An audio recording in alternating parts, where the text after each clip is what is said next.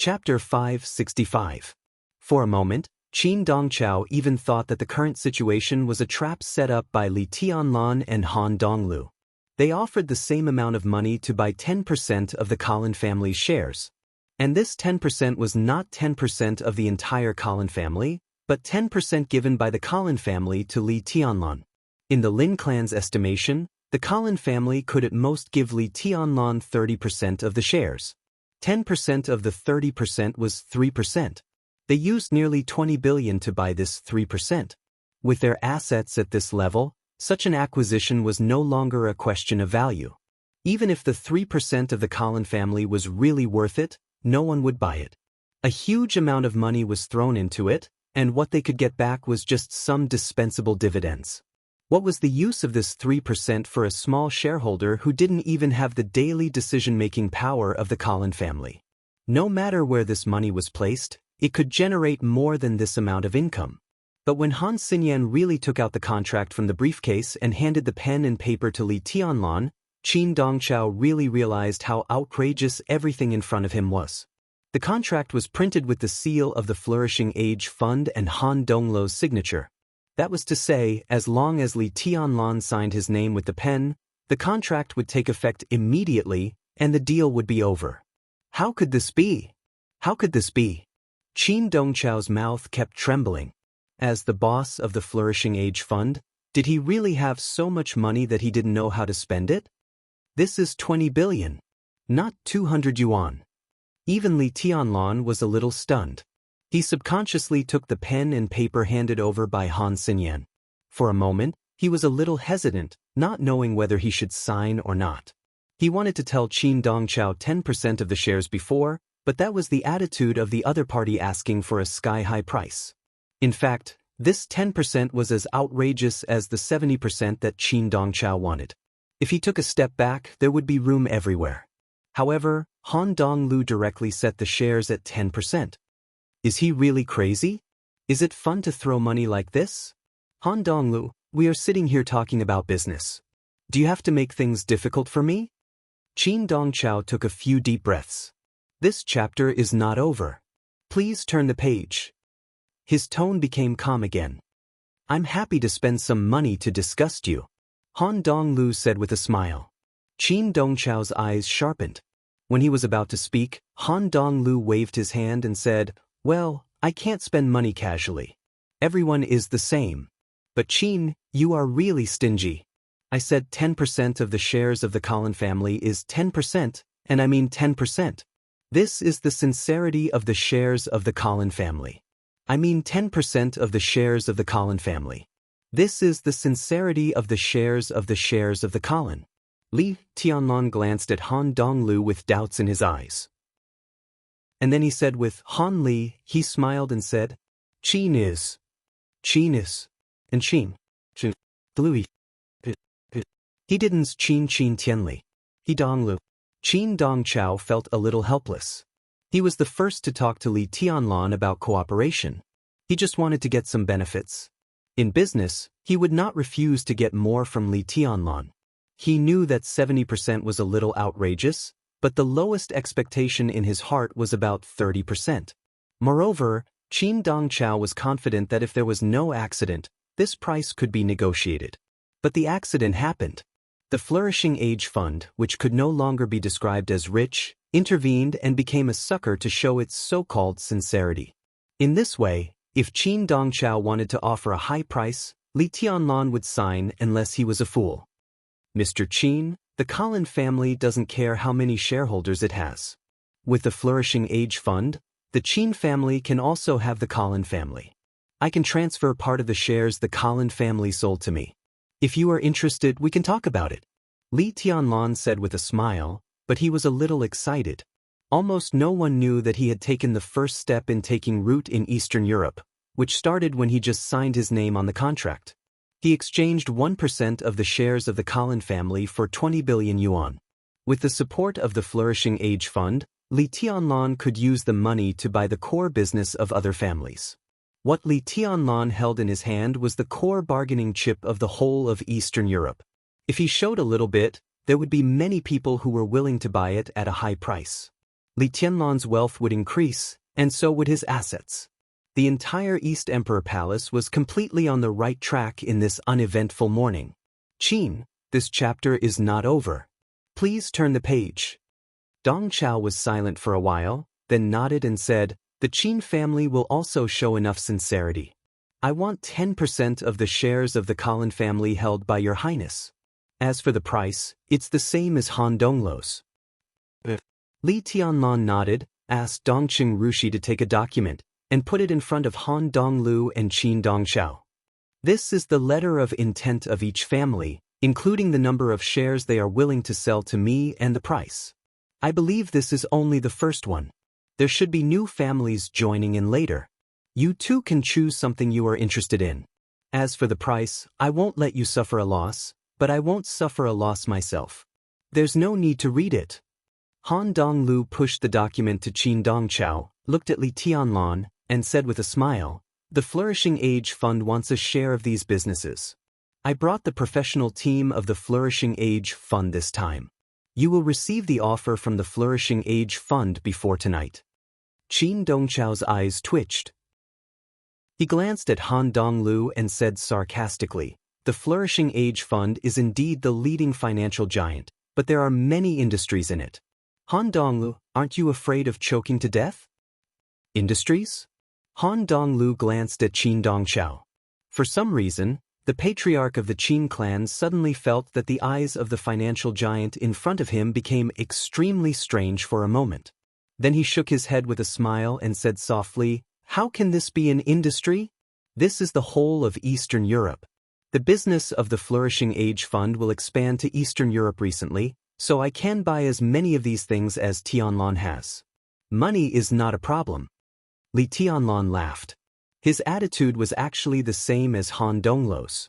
When he was in control of Eastern Europe, he could have as many partners as Han Donglu. Projects and shares were not a problem. In the face of this once-in-a-lifetime opportunity, his ambition had been burning uncontrollably. He wanted to build a real empire based on Eastern Europe. The more people joined this feast, the more partners he would have, and the more stable the empire would be. Today was only the first day. But the Flourishing Age Fund and the Qin clan had joined in and become the giant pillars that could support his entire empire as stable as a rock. After the chaos in Eastern Europe, the new era had not yet arrived. But the empire belonging to Li Tianlan had already taken shape. End of this chapter. Bookmark for easy reading. Chapter 566. Everything was as Qin Dongchao and Han Donglu had expected. Just after noon, the number of people visiting Li Tianlan suddenly increased. The patriarchs of the wealthy and powerful families in various fields in Eastern Europe seemed to have made an appointment. They came one by one. For most of the afternoon, Li Tianlan was busy entertaining guests. No matter how arrogant Li Tianlan was, he would not neglect those who gave him money and power. These were the real distinguished guests, so his smile was always warm, kind, and extremely gentle. The people who came to visit at this time naturally knew the rules. Although they wanted to communicate with Li Tianlan more, they also knew that if they did not leave, they would not only offend those who were waiting to see Li Tianlan, but also offend Li Tianlan. Therefore, the patriarchs of the wealthy and powerful families were extremely happy. After putting the letter of intent in front of Li Tianlan, they went straight to the point. For Li Tianlan and the patriarchs of the wealthy and powerful families, cooperation was very necessary and irresistible. With this premise, it was easy and pleasant to talk about business. Although such cooperation was not finalized in a few words, the one who took the longest time only sat in front of Li Tianlan for less than 30 minutes. What surprised the patriarchs of the wealthy and powerful families the most was Li Tianlan's generosity. What each family brought this time was their core business. The number of shares they were willing to sell to Li Tianlan showed their sincerity. Naturally, no one was willing to give more, but no one dared to give less. Before they came, they were even prepared to be lowered by Li Tianlan. This was a very normal thing, but the most abnormal thing was that no matter how much they offered, Li Tianlan agreed without hesitation and stated that the funds would be in place in the near future. No matter what level the business was at, such a straightforward man was rare. When the patriarchs of the wealthy and powerful families left, they were satisfied and had great expectations for future cooperation. The continuous reception officially ended at 4 o'clock in the afternoon. It was still raining in Reki City, and the sky was gradually dimming. The light was on in the study. Li Tianlan held a letter of intent and looked at it carefully. In front of him, there was a thick pile of letters of intent from each family. Li Tianlan looked at the letter of intent in front of him, his eyes filled with satisfaction. He didn't care about the price at all. Anyway, he had no money. No matter how much the other party offered, he couldn't afford it. However, with this letter of intent in his hand, a large number of people couldn't wait to pay for him. In this way, lowering the price became meaningless. What Li Tianlan needed to do was very simple. Sign, take the money, pay, and then sit back and wait for the money. It was a pleasure working with you. It seems that people from Zhongzhou State should be transferred here to deal with these things. Li Tianlan put the letter of intent aside and sighed with emotion. Tribulation was in charge of the Snowdance Corps, so there was no need to worry. But he couldn't count on the iron-blooded soldiers of the Snowdance Corps for the cooperation at present. It involved dozens of wealthy families and countless core businesses, and the funds involved were unimaginable. In this kind of cooperation, both the investment and the income every day were enough to drive people crazy. Li Tianlan knew himself well. At least he couldn't handle these businesses with ease. Moreover, among the people he knew, there didn't seem to be any talent in this field. Except for Qin Weibai. Li Tianlan was silent for a while. I'll call my family and ask them to send someone over. Dongqing Rushi, who was accompanying Li Tianlan, said. Li Tianlan was stunned. Dongqing Rushi misunderstood him and said, "Don't you trust us?" "No, it's just that I didn't expect the Dongqing clan to have such a talent. Even if there is, it won't be easy to transfer them over, will it?" Li Tianlan laughed. "I'll figure it out." Dongqing Rushi was full of confidence. She paused and continued, "Han Xinyan can also help. You tell Han Donglu and he will agree." Li Tianlan nodded. It was such a big cooperation. No matter how ambitious Han Donglu was, he couldn't let go completely. If Han Xinyan stayed, she could not only help but also reassure the flourishing age fund. Li Tianlan reached out and pinched Dongqing Rushi's nose. When he was about to speak, the phone suddenly rang. It was Qin Weibai's phone call. Li Tianlan picked up the phone and said with a chuckle, "You're up?" On the other side of the phone, Qin Weibai. "This chapter is not over. Please turn the page." After a pause, she snorted with dissatisfaction and said with hatred, "You're not satisfied that I'm not tortured to death by you, are you?" Li Tianlan laughed, and his eyes inadvertently met Dongqing Rushi's. Dongqing Rushi's eyes were clear, and her face was innocent. Li Tianlan subconsciously stopped smiling and coughed. "Where are you?" Qin Weibai asked softly. "Still in the hotel." Li Tianlan patted the letter of intent beside him and said, "I dealt with some things." Qin Weibai was silent for a few seconds, and then said softly, "I'm leaving." Li Tianlan paused and looked up at his watch. "Mormons?" "Yes." "I'll see you off." Li Tianlan stood up without hesitation and hung up the phone directly. "Wait for me." Dongqing Rushi stood up and took a coat from the hanger. Li Tianlan hesitated, held her hand and said, "Little Bai is here, but she's leaving soon. Come with me to see her off." "Ah, sister?" Dongqing Rushi said and looked at Li Tianlan. "Were you with my sister last night?" There was no jealousy in her tone, only curiosity. But for some reason, Li Tianlan suddenly felt a little guilty. He said vaguely, found a coat for Dongqing Rushi, and put it on. "Let's go. I'll find someone to prepare the car." Because the distance between the two hotels was not far, it took Li Tianlan only 10 minutes to get to the hotel where Qin Weibai was. In the hotel room, Master of Samsara Palace was still sitting in front of the windowsill, looking at the wind and rain outside. Flaming Fire was sitting in the living room and drinking tea. The sound of a hairdryer was heard in the bathroom. Qin Weibai, in a white bathrobe, had just taken a shower. Her hair was wet, and she was standing in front of the mirror to dry her hair. Seeing him come in, Master of Samsara Palace turned around and nodded as a greeting. Flaming fire didn't even raise her head. Li Tianlan glanced at her and ignored her. He just looked at Qin Weibai standing in front of the mirror and said, "Why are you in such a hurry?" "Something came up and I have to deal with it." Qin Weibai sighed softly. She had promised Li Tianlan to attend the dinner tonight.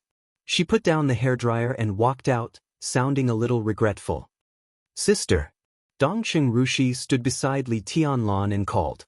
Qin Weibai was stunned for a moment, then smiled and touched Rushi's hair, saying softly, "Come in and sit down. Let me introduce you." Qin Weibai walked into the living room with Dongqing Rushi and said softly, "This is..." Dongqing Rushi, master of Samsara Palace, interrupted Qin Weibai. She glanced at Qin Weibai with calm eyes. "I know her." Qin Weibai was silent for a moment, then nodded and said to Dongqing Rushi, "This is my sister, master of Samsara Palace." Dongqing Rushi didn't ask master of Samsara Palace what her name was. Instead, she bowed seriously and said, "Greetings, Your Highness." Master of Samsara Palace glanced at her, and her eyes were a little intimate. At that moment, he didn't know whether it was an illusion or something else, but he seemed to vaguely see guilt in this touch of intimacy. He didn't know whether it was an illusion or a real emotion, but the master of Samsara Palace regained her indifference. She looked at Li Tianlan and asked, "Is Eastern Europe very lively today?" Li Tianlan answered, "Yes, mainly because my place is more lively." "I heard about it." Master of Samsara Palace said slowly, "Since all the big families want to be with you, this is a good opportunity. What's your plan?" "It's hard to say at the moment." Li Tianlan shook his head. "This is indeed a good opportunity, but the business is too big and many things are not easy to deal with. After returning home, I will arrange for people in this field to do business, to do big business, to the extent that it concerns the lifelines of several countries. I can't deal with it for the time being. If the Dongqing clan has talents in this field, they can borrow them first. Let me recommend 2 people to you." Master of Samsara Palace said. Li Tianlan took a deep look at her and asked, "Are they from Samsara Palace?" Master of Samsara Palace shook her head. "This chapter is not over. Please turn the page. When you were in a coma, there was a rumor in Reki City. It's very popular." Li Tianlan was a little confused. "The rumor is that the Qin clan intends to unite with you by marriage and betroth Qin Qinyao, the eldest miss of the Qin clan, to you." Master of Samsara Palace said. Li Tianlan touched his nose subconsciously, shook his head, and said, "Ridiculous." Of course, he had heard of this rumor, but he had never taken it seriously. He said, "It's true." Master of Samsara Palace said, "Qin Dongchao did have this idea. He even sent Qin Weiyun to test you, but was stopped by Qin Shilai. But for now, this is only temporary. As your business gets bigger and bigger, this idea will emerge from the Qin clan sooner or later. In this case, it's better to take the initiative to ask the Qin clan for Qin Qinyao. Come over?" Li Tianlan frowned. "I want to work for you, be your woman, and do anything." Master of Samsara Palace said lightly, "Don't worry, the Qin clan has no reason to refuse, and Qin Qinyao will not refuse. You don't even have to promise anything. As long as you ask, Qin Qinyao will appear in front of you immediately." Li Tianlan subconsciously glanced at Qin Weibai. Qin Weibai narrowed her eyes, looking like a sulking cat. She didn't speak, nor did Dongqing Rushi. "If you don't want to ask about this, I can help you. In business, Qin Qinyao is very useful and very useful. As for the other one, it's Han Xinyan. If you want Han Xinyan, you have to go to Han Donglu yourself. But Han Donglu won't refuse." Master of Samsara Palace suddenly smiled. "If you're willing, it's best to put Rushi in Eastern Europe. This girl looks silly, but when it comes to doing things, she's no worse than anyone else. The Qin clan and the Flourishing Age Fund are the 2 pillars that support your foundation. If you ask the young ladies of these 2 forces to come over, Rushi is fully capable of balancing the relationship between them." Li Tianlan frowned. Before he spoke, Master of Samsara Palace had already waved to Dongqing Rushi. "Come here." Dongqing Rushi hesitated and walked to Master of Samsara Palace. Master of Samsara Palace stood up, reached out, and gently touched Dongqing Rushi's head. Dongqing Rushi looked at her with her eyes wide open, a little confused. Since you're here today, how about I help you once?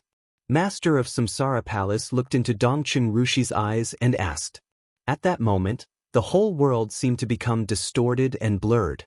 The messy wind and rain whistled and gathered in front of them. The raindrops were messy and cold. Heaven and earth were changing color, and everything was pale. The vast snow covered the city without warning. The tall buildings turned into mountains. The lone peak stood tall, and the world was vast. Dongqing Rushi's eyes were dazed and dull. Li Tianlan clearly saw that she took a step back with one foot, but her other foot was moving forward. Master of Samsara Palace's hand that fell on her head began to shine. It was colorful, and the sword intense soared into the sky. Dongqing Rushi stared at the sword light blankly. She retracted her foot that had stepped back. Master of Samsara Palace's palm fell. Dongqing Rushi suddenly opened her mouth. She didn't make a sound. But in that instant, everyone heard a silent and mournful scream. Dongqing Rushi spat out a mouthful of blood. Li Tianlan's face changed dramatically. He walked over and held Dongqing Rushi in his arms. He turned to look at Master of Samsara Palace, and his eyes suddenly became deep and calm. It's for her own good. Master of Samsara Palace took a step back, and her tone was a little tired. Li Tianlan took a deep breath, looked at Dongqing Rushi in his arms, and said in a deep voice, "How are you?" Dongqing Rushi blinked her blank eyes, and they became moist again. At that moment, the spiritual energy in her body seemed to be completely alive, and she became extremely agile. She even sounded a little happy. "I'm fine." As if she had broken free from some shackles, her voice was clear, cheerful, and extremely delicate. End of this chapter. Bookmark for easier reading. Chapter 567. Li Tianlan looked at Dongqing Rushi seriously. The scene in front of him seemed to be beyond his understanding, but vaguely he seemed to catch something. It was so vague that he was at a loss. After vomiting blood, Dongqing Rushi's breath was still stable. She seemed to have no injury, but her spirit became a little sluggish after the initial excitement. She leaned in Li Tianlan's arms, reached out her hand, and grabbed his ear. She murmured, "I'm so sleepy. I want to sleep. Go to my room." Qin Weibai said softly, "It's open until tomorrow. She can have a good sleep." Li Tianlan glanced at Qin Weibai, nodded, and carried Dongqing Rushi. Her room was open until tomorrow. Did it mean that she had known that Dongqing Rushi would come? She had prepared for everything in front of her. He carried Dongqing Rushi to Qin Weibai's room. When he put her on the bed, Dongqing Rushi, who couldn't open her eyes, had fallen asleep. Li Tianlan looked at Dongqing Rushi, who was sleeping sweetly on the bed, and was silent for a long time. He could feel that Dongqing Rushi wasn't hurt, but he could also feel her weakness. That kind of weakness wasn't because of her body, but because of the exhaustion of her willpower. As a result, Dongqing Rushi's realm directly regressed 1,000 miles. Perhaps no one had noticed that there was a genius among the younger generation of Zhongzhou State. That was Dongqing Rushi. She had been very close to the half-step invincible realm, but she looked too soft beside Li Tianlan, so people always subconsciously ignored her. But her previous realm had always been there. If they really fought against each other, no one dared to underestimate her. But now, in the blink of an eye, Dongqing Rushi's realm had slipped from the half-step invincible realm to the peak of the thunder-shocking realm, and then her breath became stable again. Li Tianlan slowly turned his head. Qin Weibai stood quietly beside him, also looking at Dongqing Rushi, who was sleeping. Her eyes were a little complicated, and she was in a trance. "What the hell is going on?" Li Tianlan asked, and his voice was calm. "This is indeed for her own good. No one wants to harm her, but in her current state, there is no good opportunity, and no one can help her. When she is by your side, her heart is the most relaxed, and it is also the time when her instincts are the most relaxed. Moreover, during this period of time, her condition is very good, so sister took the risk to help." Qin Weibai paused and continued, "The result is not perfect, but it's not bad. Li Tianlan nodded and said directly, I don't understand. Qin Weibai hesitated and said softly, Rushi ton. Li Tianlan took a deep breath. He didn't want to lose his temper with Qin Weibai, but now he was really a little annoyed. First, it was because Dongqing Rushi's realm had regressed. Second, it was because of the negative emotions brought about by things that were beyond his control. He, who had become more and more used to controlling everything, especially disliked this feeling. He took out a cigarette, lit it, and took a deep puff. Her mental state is extremely poor now. Her injuries are not only physical, but sometimes mental injuries are even more serious. Her mental strength is at most half of her normal state. That's half. Qin Weibai said, Rushi's normal state has always been abnormal. Now she is really normal. She looked at Li Tianlan with gentle eyes and said quietly, Have you forgotten Dongqing Yueshan? It was as if someone had poured a bucket of cold water on his head in the dead of winter. Li Tianlan's body shuddered violently, and he could no longer speak. He had indeed forgotten. From Zhongzhou State to Eastern Europe, and then he and Dongqing Rushi were lying in the same bed. Li Tianlan couldn't remember how long it had been since he last saw Dongqing Yueshan's personality. In front of him, it had always been Dongqing Rushi, lively, obedient, well-behaved, and charming. The sharp personality that belonged to Dongqing Yueshan had never appeared from beginning to end. Rushi has two personalities. Dongqing Yueshan's personality is very independent, and she is also very aggressive. Silly Tianlan, that personality is not like this. She may not have any good intentions towards you. Just now, when my sister attacked, she directly crushed Dongqing Yueshan in the spiritual field and severely injured her personality in an instant. Although that personality has not completely disappeared, it is destined not to appear for a long time. Without the support of this personality, Rushi will naturally be weak. But now, Rushi is simply her. At this moment, Li Tianlan suddenly thought of a scene from a long time ago. It was the final battle of Heaven Capital more than 3 years ago. Before the final battle, on the night when they were investigating in Changdao, Dongqing Rushi's blade was indeed very close to his body at a certain moment. But it was stopped by Du Hanin that time. After such a long time, Li Tianlan had long understood that it was Dongqing Yueshan who pretended to be Dongqing Rushi's personality at that time. If Du Hanin hadn't taken action in time, it was hard to say what would have happened to Li Tianlan, who was completely defenseless against Dongqing Yueshan. Li Tianlan rubbed his forehead and asked, Why did Dongqing Yueshan want to kill me? Who knows? Qin Weibai's tone was a little cold, but it was not aimed at Li Tianlan. It's not surprising that this kind of distorted personality can do anything. Now, although my sister has hurt her badly, she hasn't completely destroyed her.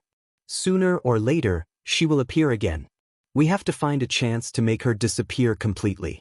Li Tianlan smoked for a long time and then said slowly, I'll pay attention.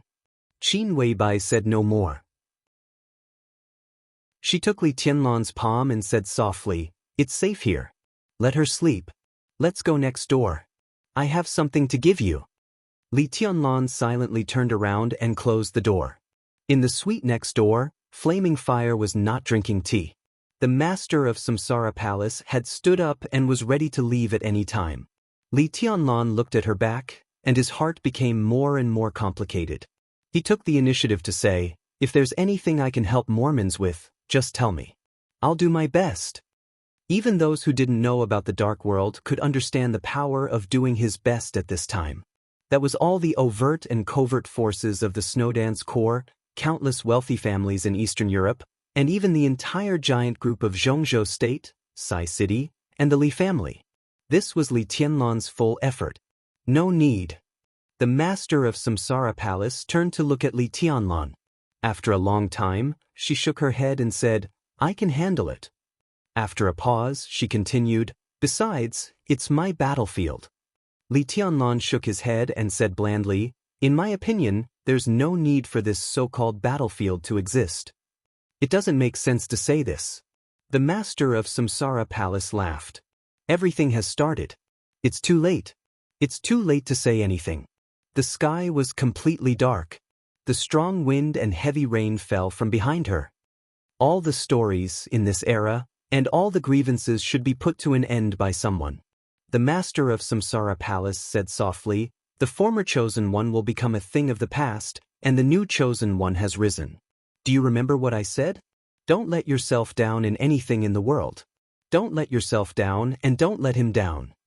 I once ended the era of the chosen one. Now, I'm opening a new era for the new chosen one." The master of Samsara Palace's smile was light and emotionless. My whole life." Her voice gradually deepened. "My whole life." There seemed to be a huge weight stuck in Li Tianlan's throat. He stared at the master of Samsara Palace in a daze and couldn't say a word. The master of Samsara Palace took a deep breath and took a notebook with a blue cover. She said softly, "This is for you." Li Tianlan took it and glanced at Qin Weibai subconsciously. The notebook in his hand was extremely old. It seemed to be the one that Qin Weibai had held before. Whether the content was the same or not, at least it was the same from the outside.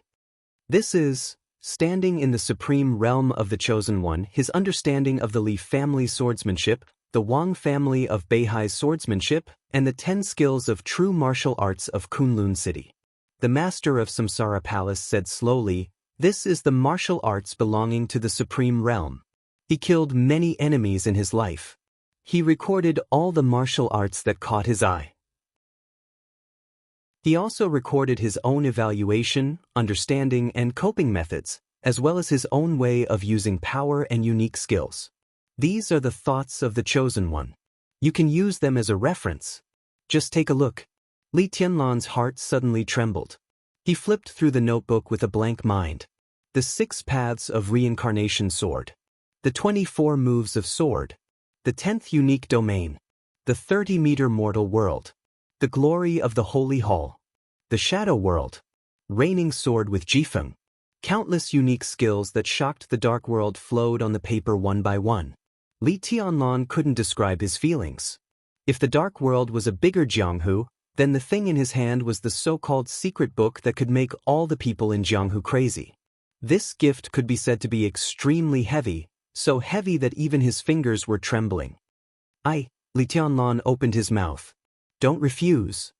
The master of Samsara Palace said slowly, "This should belong to you. It should have been given to you." Li Tianlan's expression was complicated. He still didn't know what his relationship with Dongqing Huangtu was. But the existence of the Chosen One was no longer illusory. The blue notebook in his hand was the most important evidence. The real Great Way was in his hand. Deity of the Purgatory of Heaven Capital knew that he had no hope of becoming the Chosen One, so he took another path of the 24 moves of sword. He abandoned the illusory and pursued the ultimate reality. The master of Samsara Palace said softly, "In a sense, I'm the same as him. I can also see the path of the Chosen One, but I can't control his day and night. So I only took one side and reached the present realm. But you're different. I hope you can follow the path he took and finally embark on a path that really belongs to you." Li Tianlan held the notebook and pondered for a long time. Then he said blandly, "Day and night, reality and illusion." The master of Samsara Palace nodded. "It's perfect." Li Tianlan laughed. He looked into the eyes of the master of Samsara Palace and said with expectation and uneasiness that he didn't even notice, "You must live.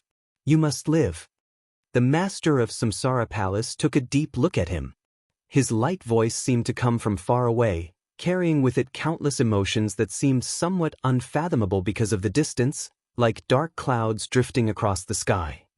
"I'm leaving," she said. Chapter 568. Snow Country Mormons. Tian-Yin walked out of the ancient small castle expressionlessly. Facing the heavy rain, he did not look back. Deity looked at his back quietly, and his aura became more and more real. Since about half a year ago, every time the two met, they parted on bad terms. They had saved each other's lives more than once. They had gone through thick and thin together and fought side by side, but neither of them could persuade each other. With Tian-Yin as the leader, the cracks in the entire purgatory of Heaven Capital seemed to have become more and more obvious. Deity never sighed with emotion or wavered, just like his eyes when he looked at Tian Yin's back at this moment. Apart from calmness, there was only stubbornness in his eyes. The wind and rain were like knives. Tian Yin did not evaporate the rain around him. He walked against the heavy rain and wiped the rain off his face. It was cold and rainy in Eastern Europe, and the polar night was still the same. In the cold and dark environment, his eyes were as bright as cold stars, and he looked more and more indifferent. Daybreak, dressed in white, looked at Tian Yin in front of the castle with a complicated look in his eyes. Tian Yin nodded to him, but his footsteps did not stop. "How is it?" Daybreak took the initiative to ask. Tian Yin paused and said hoarsely, "After the final battle, I will go to Tianan." In his several conversations with Deity, this was the final result. Tian Yin was very satisfied with this result, but he definitely did not like it. He did not like this result, not at all. "Why do you have to do this?" Daybreak sighed softly. "Yes, why do you have to do this?" Tian Yin repeated and shook his head. He walked into the wind and rain, and the two passed each other. "That's for the best." "Did you think about me when you went to Tianan?" Daybreak suddenly asked. His tone was very slow, almost enunciating each word, with indescribable weight. Tian Yin's steps forward suddenly stopped. He stood in the rain. The wind and rain, like knives, instantly wet his whole body. After a long time, Tian Yin said slowly, "You and I have been friends for many years. I want you to tell me the truth. Do you think His Highness did the right thing?" Daybreak had nothing to say. He shook his head. "I will not question any decision made by His Highness. Not questioning doesn't mean he is right." Tian Yin said faintly, "Wrong is wrong. For so many years, the Li family has been holed up in the border, and people have been coming out from there to go to the purgatory of Heaven Capital. But has Your Highness ever gone back once? Have you ever gone back even once? None of you know the life there. The Li family has suffered for so many years and been in despair for so many years. Everyone regards the young master as the Li family's future hope, a little hope squeezed out of despair. Now that I have come to the purgatory of Heaven Capital, he told me that the young master is not worthy, and you also think that the young master is not worthy. Huh, not worthy? The Li family has placed all its hopes on the young master for so many years. Your King telling me that he doesn't deserve it? But who do you think you are? What right does he have? What right do you have to say that I'm not worthy? Are you worthy? Simply preposterous." His voice was getting louder and louder. In the wind and rain, he stood in front of Daybreak, almost roaring to vent his long-suppressed emotions. Daybreak said nothing. He did not need to answer that question. Tian Yin's every question was directed at His Highness. He was asking if His Highness was worthy. Did he deserve to deny Li Tianlan? Deity in the castle did not answer. He was quiet. Tian Yin waited for a while and smiled self-mockingly. "I will participate in this decisive battle, which can be regarded as an end to my days in the purgatory of Heaven Capital. But I am just the beginning. More and more people will leave here and the purgatory of Heaven Capital. I have no problem with him claiming to be deity. I have no problem with him saying that the young master doesn't deserve it. But in my eyes, he doesn't deserve it either. The purgatory of Heaven Capital doesn't deserve it." The wind and rain were absent-minded and cold. Through the rain, Tian Yin looked at Daybreak in front of him and said in a cold and gloomy tone, "From today on, in my heart, the purgatory of Heaven Capital is the purgatory of Heaven Capital, and the Li family is the Li family. I will return to Tianan. As for you and me, if I don't die this time, we will meet in Tianan." Without saying more, he turned around and walked straight into the rain. Standing in the same place, Daybreak's eyes finally showed a touch of bitterness, even pain. Everyone in the purgatory of Heaven Capital knew that he was in charge of everything in Tianan, and even the entire Sanluo Hall was there. Tian Yin went to Tianan and stood beside the so-called young master. If they met in Tianan in the future, what would it be like? What would be the position of the two of them? It was better not to see them. Daybreak took a deep breath. They were brothers who had gone through thick and thin with him. But from today on, what were they? "I will break through to the invincible realm in the near future. It's better not to see each other in the future. Daybreak's deep voice sounded and fell into Tian Yin's ears from all directions. He was the second expert in the purgatory of Heaven Capital, except for deity. He had the real combat capability of the invincible realm. With the murderous weapon Shadow the Ripper in his hand, once he broke through, the strength of the entire purgatory of Heaven Capital would greatly increase. Tian Yin's footsteps paused, but he did not stop. In the Dark World, there were very few experts who broke through to the invincible realm after the age of 40. For martial arts, 40 years old was a person's peak period, but it was also the period when one began to go downhill from the peak.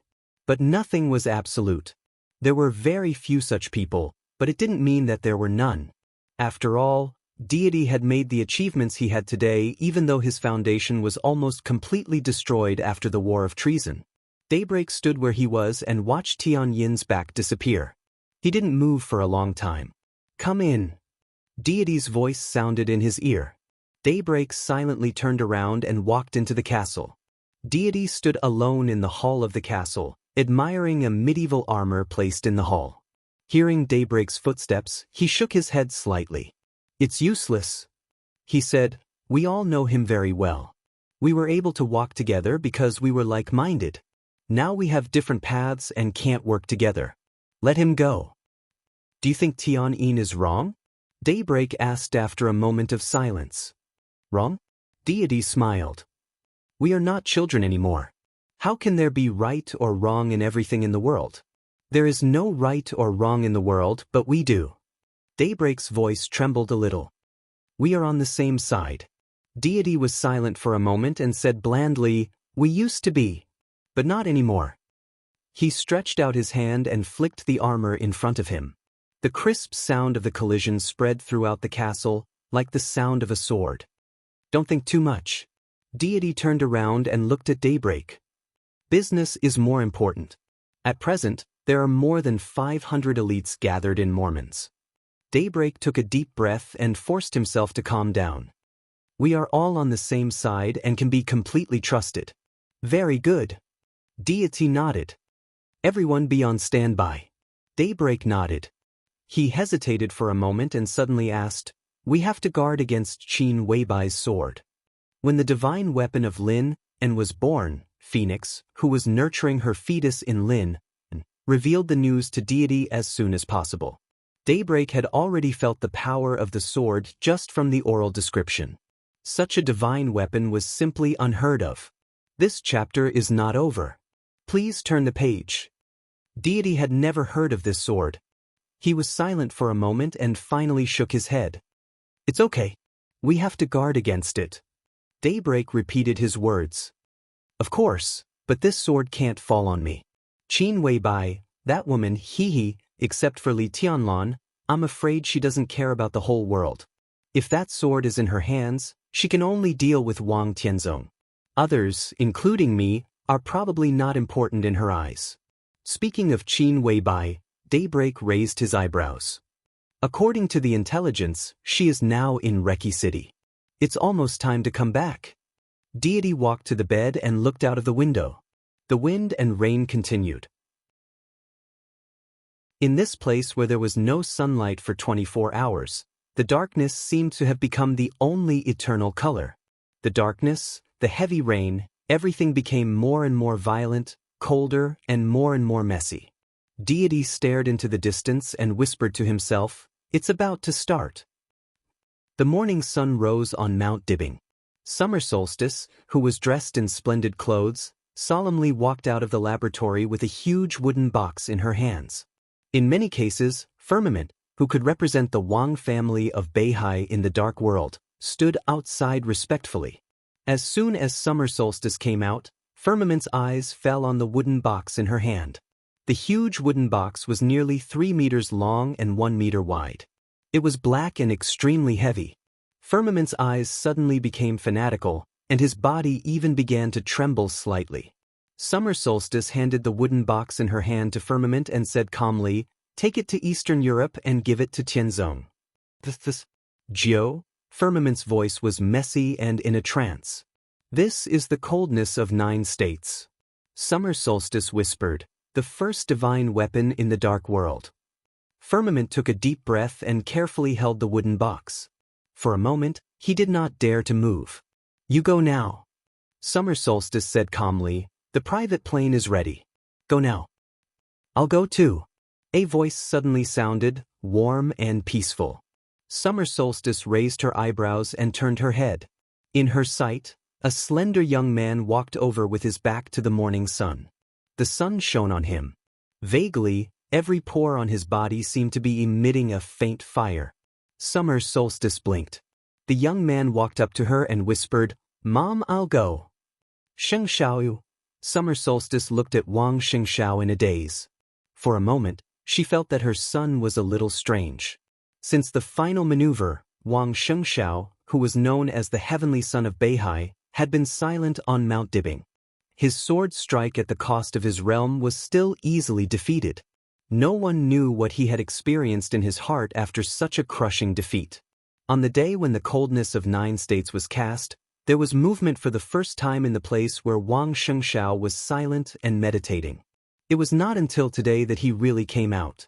At this moment, Wang Shengxiao seemed to be no different from usual, but Summer Solstice always felt that there was something different about him.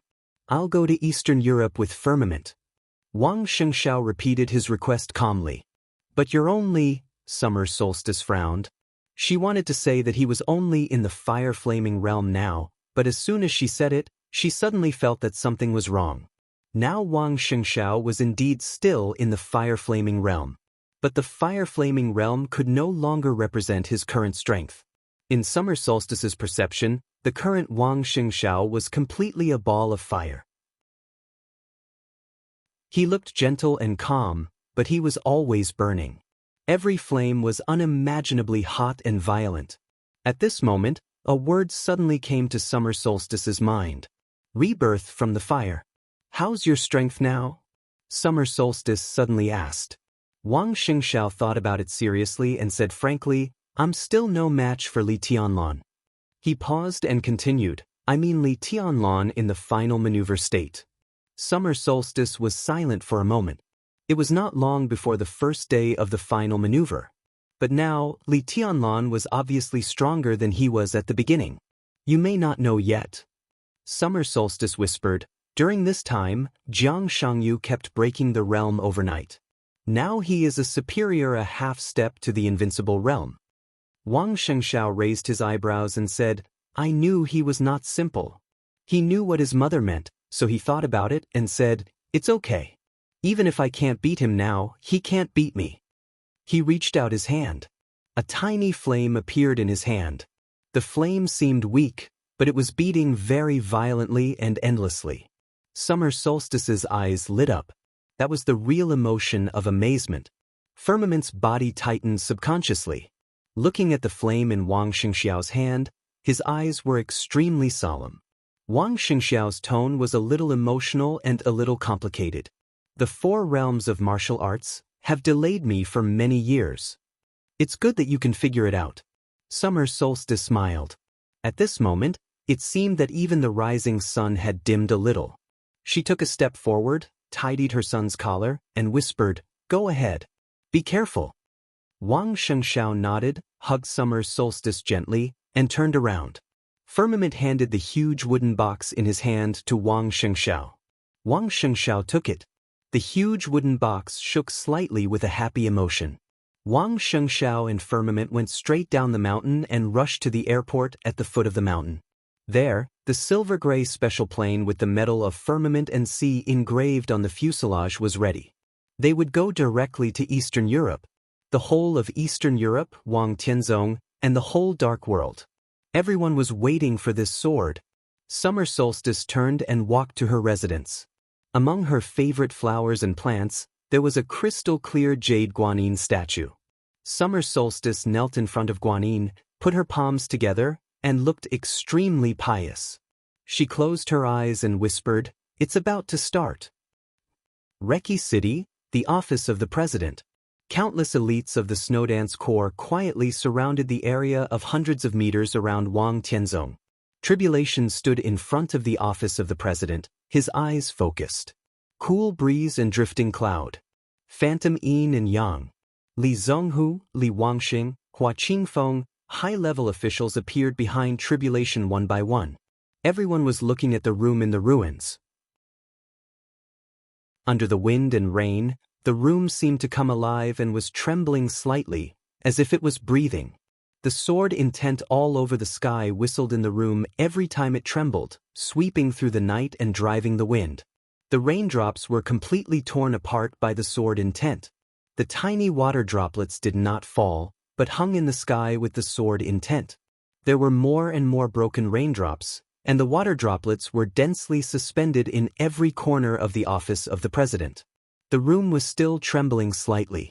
In everyone's sight, the room was becoming more and more blurred and distant. No one could see the room anymore. No one could see Wang Tianzong either. In the blurry world, there seemed to be something. This chapter is not over. Please turn the page. Something was happening. It was slow and firm, but unstoppable. In the room, under the dim light, Wang Tianzong was still practicing calligraphy. His handwriting was getting fewer and fewer, and it was still decreasing. I'm the first among all the ambitious and ruthless people. There were no more eternal people. The ambitious and ruthless people were also disappearing. The handwriting finally had no you and me. Only the first one was left. Wang Tianzong's movements became more and more natural. The tip of the brush in his hand wandered on the white paper. At a certain moment, he no longer seemed to be practicing calligraphy. He seemed to have no strength at all and was as light as a feather. Only the brush, which seemed to be able to tear the whole world, was still wandering, driving his whole body and will. Sublimation. Upward. And to the peak again. In the increasingly blurred scene, an elite of the Snowdance Corps, who was guarding the outermost periphery of the square, walked in. He held a letter in his hand. He handed the envelope to the low-level officer above him. The low-level officer handed it to the middle-level officer, and the middle-level officer handed it to the high-level officer. The letter finally fell into the hands of Cool Breeze. Cool Breeze held the letter, and an ominous premonition suddenly surged up. His palm trembled subconsciously. He was not the recipient of the letter. The recipient of the letter was Tribulation. He hesitated and exchanged a look with Drifting Cloud.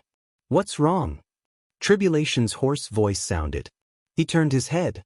Cool Breeze subconsciously shrank his palm, then said with a wry smile, "Nothing." Tribulation's eyes fell on the letter in Cool Breeze's hand. "For me?" Tribulation asked. Cool Breeze's face darkened, and the ominous premonition in his heart grew stronger and stronger. "Give it to me." Tribulation stretched out his hand. "Your Highness," Cool Breeze opened his mouth.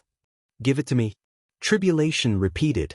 Cool Breeze gritted his teeth and handed the envelope in his hand to Tribulation. Tribulation looked at the envelope, narrowed his eyes, and opened it casually. In the wind and rain, a photo was pulled out of the envelope by Tribulation. Cool Breeze and Drifting Cloud looked a little confused. It was a woman in the photo. She was dressed in a white dress and had a delicate body. This was originally a woman who could be said to be devastatingly beautiful, but at this moment, half of her face was swollen. A deep scar ran from her chin all the way to her back, completely destroying the beauty of her face and making her look incomparably hideous. Droplets of blood splattered on her white dress as she stared blankly in front of her. Desperate and helpless. Cool Breeze and Drifting Cloud didn't know this woman, nor did they know what this photo was trying to show. Tribulation lowered his head and looked at it quietly.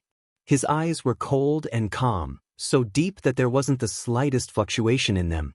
But this photo seemed to carry an unattainable weight. It slipped from his hand and fell into the wind and rain. The back of the photo appeared in Tribulation's sight. It was a line of Chinese characters. It was crooked, but every stroke carried a strong sense of anger and domineering. "My glory is in Mormons. Heretic, come and die." Heretic. There was only one force in the world that could use this word. The Vatican. And there was only one person in the whole Vatican who was qualified and confident to let Tribulation go and die. Saint War Angel Ars. But why did the Vatican believe that Tribulation would pass just based on this photo? Cool breeze and drifting cloud frowned.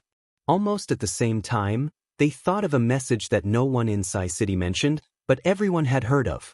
White dress. White dress. Holy Virgin Angel. Cool breeze and drifting clouds expressions changed. Your Highness. Cool breeze called tentatively. Tribulation didn't speak or move. He kept his head down and looked at the photo in the rain. His aura was disappearing. All his vitality began to converge, and finally, there was nothing left. That was the extreme of the whole person. He was desperately converging and finally became barren. Cool breeze subconsciously reached out and touched Tribulation. Your Highness, he didn't finish his words. His palm passed through Tribulation's chest. Tribulation's figure began to twist and shake. He didn't know when it stopped where he was, but a shadow. Cool breeze, whose face changed dramatically, was about to turn around. In the room, Wang Tianzong's stroke fell again. There was only one word. What? One word was like a sword. In an instant, the hazy and violent sword energy broke through the room. A circular ripple swept across the whole square in the most fierce and arrogant manner, and finally went straight into the night sky. The vast and endless sword energy was like a dragon, surging like a tide. The hazy and clear sword light was endless, and it directly broke the whole sky. Wherever his vision passed, the entire sky was shattering, and black ripples appeared one after another in the transparent space. The messy rainwater seemed to fall from countless worlds, but it was shattered by the sword intent, turning into ice crystals one after another. There were more and more ice crystals. From top to bottom, they spread out in all directions and covered the whole square in an instant. With Wang Tianzong's room as the center, countless ice crystals with sword intent continued to spread out. Cool breeze kept turning around and froze in place. Drifting cloud stretched out his palm and froze. Li Zhonghu raised his head in confusion. Hua Qingfeng was frowning. The yin and yang phantom seemed to want to take a step. Tribulation's shadow was twisting. It froze. All froze. Tens of thousands of people, the whole square, and the whole Snowdance core were completely frozen in an instant. In other words, they were directly imprisoned in place by the unimaginable majestic sword energy. The whole square was dead silent in an instant. Everyone kept the posture of that moment, motionless. Only the sword intent was still whistling between heaven and earth and kept spinning. In the room, Wang Tianzong raised his head and looked to the south. His sight seemed to cross Eastern Europe, snow country, the vast Beihai, and fell on Mount Dibbing. The sun was rising there. The flowers were blooming there. As the breeze passed, the birds were singing and the flowers were fragrant. There were mountains and rivers, laughter, and people lived and worked in peace and contentment. The Wang family of Beihai had lived for hundreds of years because of the glory and brilliance brought by being invincible in the world. But now, at this moment, this night, the new glory was right under his feet. Wang Tianzong looked in that direction. His eyes were full of undisguised attachment and love, so heavy and affectionate. He would sweep through this era. Then he would return there and continue to rush to the highest peak with the Wang family of Beihai. He would go back. He must go back. Wang Tianzong clenched his fists. He looked at the island and the mountain in Beihai and whispered, "Wait for me." End of this chapter. Bookmark for easier reading. Chapter 569. Under the wind and rain, Reki City was full of lights. Before the banquet in the Manlasai Hotel began, Wulan State and Zhongzhou State finally began to sign agreements one by one. Riker and Li Huaqing sat opposite each other. The hall was full of flashing cameras. Almost all the important figures in the two countries were witnessing this scene. The repeated signatures fell on different agreements. The entire Wulan State began to change quietly in the ignorance and cheers of all the people. Countless interests entered Zhongzhou State with these agreements. The world's most powerful hegemon country crushed over with undisguised toughness and sharpness. Sovereignty, reputation, freedom, hope, interests, and future. Everything began to break apart. Riker was expressionless. His palms were trembling violently, his mind was blank, and he was dizzy. He signed one name after another purely by instinct. After tonight, the former Wulan state would completely become a thing of the past. Everything in the future of this country would fall on him. He would be a sinner throughout the ages. Riker smiled absent-mindedly and signed his name on the last agreement. There was a round of applause around him, which was extremely ironic. The applause surrounded the entire training ground, and it was so lively that it was even a little absurd. The sun fell near noon. The clear and firm voice seemed to echo in everyone's ears. People clapped subconsciously, and their thoughts were in a mess. On the high platform, the enchanting and solemn short-haired woman walked down in everyone's eyes. She walked to the group of students of the Sky Academy. In an instant, almost all the students stood up and applauded desperately. The applause was fanatical. That day was the graduation ceremony of the Sky Academy. After Zhuang Huayang, the principal of the Sky Academy, and Chen Songlin, the dean of the Deep Sea Academy, respectively delivered their speeches, the representative of the East Emperor Palace, as a dark horse in the maneuver of the two academies, came to the stage and generally stated the plan of the East Emperor Palace for the next 3 years. This was the result of the East Emperor Palace's deliberate courtesy. Whether it was Zhuang Huayang of the Sky Academy or Chen Songlin of the Deep Sea Academy, both of them were generals. The real leader of the East Emperor Palace was now the marshal who represented Zhongzhou State in Eastern Europe to expand the territory of the motherland. He fought unhindered, and his spirit was amazing. He would rather die than retreat. After the end of the first day of the final maneuver, the young man, who had shocked the dark world, had reached one high point after another.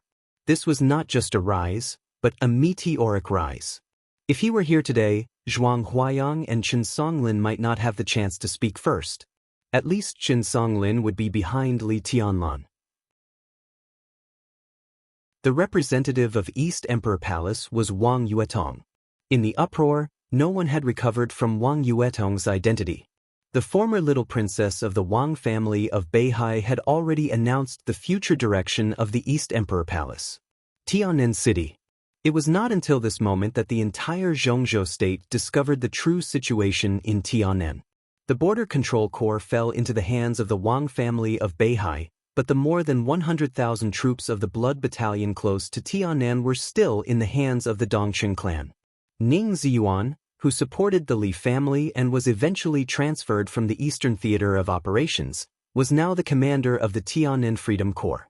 As for the Southwest Special Warfare Headquarters, Shu Mountain was the banker. Dongcheng Rushili Badian, Ning Chenqing. The 3 members of East Emperor Palace had been completely connected with Tianan.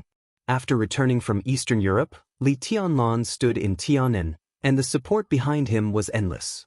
What did this mean? After leaving a deep mark in Eastern Europe, the young marshal of the Li family had obviously made up his mind to leave his footprint in Tianan. It was not Jiangzhe, the sphere of influence of the Li family. It was not Liaodong, the territory of Sai City. It was not Zhongyuan, the base camp of the Dongqing clan. It was Tianan, the land of more than 40,000 square kilometers, which had no clear ownership, was a bit backward. A land of rivers and mountains was picturesque. Wang Yuetong walked into the spectator stand of the students and shook hands with hundreds of students who had confirmed to join East Emperor Palace. They would leave Huading soon and go to Tianan. That was Li Tianlan's choice. He had chosen an incomparably broad stage, filled with carnage, deceit, intrigue, and slaughter. However, in the darkness that was mixed with blood, there was the brightest future and prospects for everyone. On this day, only Wang Yuetong came to the stage from East Emperor Palace, but hundreds of people stood at the same time. They were the most elite of the young generation in the past 3 years. They followed East Emperor Palace and went far away. Everyone was looking at this scene, and everyone saw a different meaning in this scene. Complicated emotions spread on the training ground of Sky Academy. Most people thought of Eastern Europe. On this day in Eastern Europe, the old era had just passed. On the same day in Zhongzhou State, a new era had begun. From beginning to end, Gu Xingyun, the so-called god of war in Zhongzhou State, had never appeared on the scene. Snow Country. In the Grand Palace, the president of Snow Country, who was born in the Violet family, received a man who was as strong as a giant with surprise. The man was tall, and his gray clothes looked a little dirty. His face was covered with countless tiny scars, and he looked extremely embarrassed. But he stood in the palace with his own momentum. Inside and outside the palace, all the palace warriors knelt on one knee. He had always been strong internationally. This chapter is not over. Please turn the page. The president of Snow Country, who was even a little overbearing, strode over and gave the giant a big hug. Welcome back. The tone of the president of Snow Country, Jodellin, was sincere and emotional. This is my world. As long as I don't die, I will come back no matter what. The voice of the giant man was steady and thick. The president laughed heartily. For a moment, the compromise and concession that he had thought about before completely disappeared in his heart and turned into passion and heroism. He was the leader of this fighting nation, so of course, he should have a stronger desire to fight than anyone else. He looked at the giant in front of him and said in a deep voice, "What do you want?" "I want to get my things back." The giant's tone was flat. President Jodellin hesitated for a moment and then said decisively, "Of course, it belongs to you. I also want the polar bear." The giant's voice became deeper and deeper. "I need his strength." In the hearts of countless people in the dark world, the polar bear of Snow Country was not a big animal that lived in the polar region and was extremely ferocious but looked a little cute after being tamed. Instead, it was a cutting-edge force that was always protected by Snow Country and rarely used. That was the most elite force of the entire military of Snow Country. The military of Zhongzhou State had the most elite and most terrifying Thunderbolt Battalion. But under the Thunderbolt, there were also the Bloody Massacre, Black Dragon, Pegasus, and Polar Bear, in a sense, was the trump card of Snow Country. This was a force that could dominate the world. However, very few people knew that the so-called Polar Bear unit was actually two units. The former was the Arctic. The latter was the Bear. What the giant wanted was the Arctic Army and the Bear Army. President Jodellin took a deep look at him and said without hesitation, "Yes." The giant nodded and said, "Thank you." "No problem." President Jodellin's voice was serious and cold. "At this time, I can give you whatever you want. But the question is, what can you give me?" "Order." The giant's tone was calm. "I can give you order, an order that only belongs to our own people. Snow Country only belongs to the people of Snow Country." His voice covered the whole palace. All the palace warriors were shocked at the same time. The giant turned around and looked at the orderly figures of the warriors in the palace. He said calmly, "Who dares to fight with me?" There was a slight silence in the Grand Palace for a moment. In the next second, a furious, earth-shattering roar suddenly rang out, shaking the skies. "Fight!" Jiodellin's expression became more and more serious. His eyes gradually became bloodshot. "Can I trust you?" Compared to others. The giant looked into his eyes and did not give in at all. "I am more trustworthy than them." Jodellin nodded and reached out his hand. "Your Highness, please." The giant walked into the palace hall. From this moment on, the accurate and conclusive news, centered on the palace of Snow Country, spread directly throughout the whole country, and then rushed out of Eastern Europe and continued to stir around the world. This was the official channel of the whole Snow Country, or rather, the ultimatum. On the night of August 24th in Eastern Europe, President Jodellin of Snow Country personally signed the battle leader. The Arctic Army. All the elites of the Bear Army. President Jodellin, in the name of Snow Country, officially declared war on all the dark forces staying in Eastern Europe. Snow Country asked all forces to withdraw from Eastern Europe within 3 days. Otherwise, there would be a real war. The Polar Bear Army, which had been silent for a long time, reappeared in front of the world. And these two forces, which dominated the world, now had a new leader.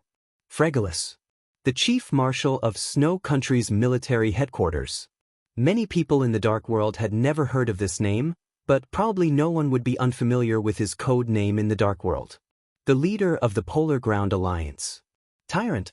Late at night that day, Tyrant, who had been missing for a long time, reappeared in the palace of Snow Country. He took the leader of the president and rolled up the vanguard in the capital of Snow Country. He went straight to Mormons. The headquarters of the Polar Ground Alliance was there. The news was passed on quickly. On this night that was destined to be unusual, many things were brewing quickly and finally taking shape. The whole of Eastern Europe began to take action in the chaos like never before. All the countries, all the high-level officials, all the wealthy families. Everyone was moving. Different positions, different demands, and different expectations directly erupted into a huge collision after a short period of brewing. The aftermath of the collision began to spread throughout Eastern Europe. President Jodellin of Snow Country had convened several heads of state for a conference call. In Reki City, many patriarchs of wealthy families were nervously waiting for Li Tianlan's final reply. The grand banquet had begun.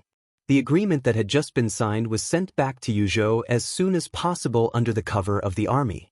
The plane passed through the clouds.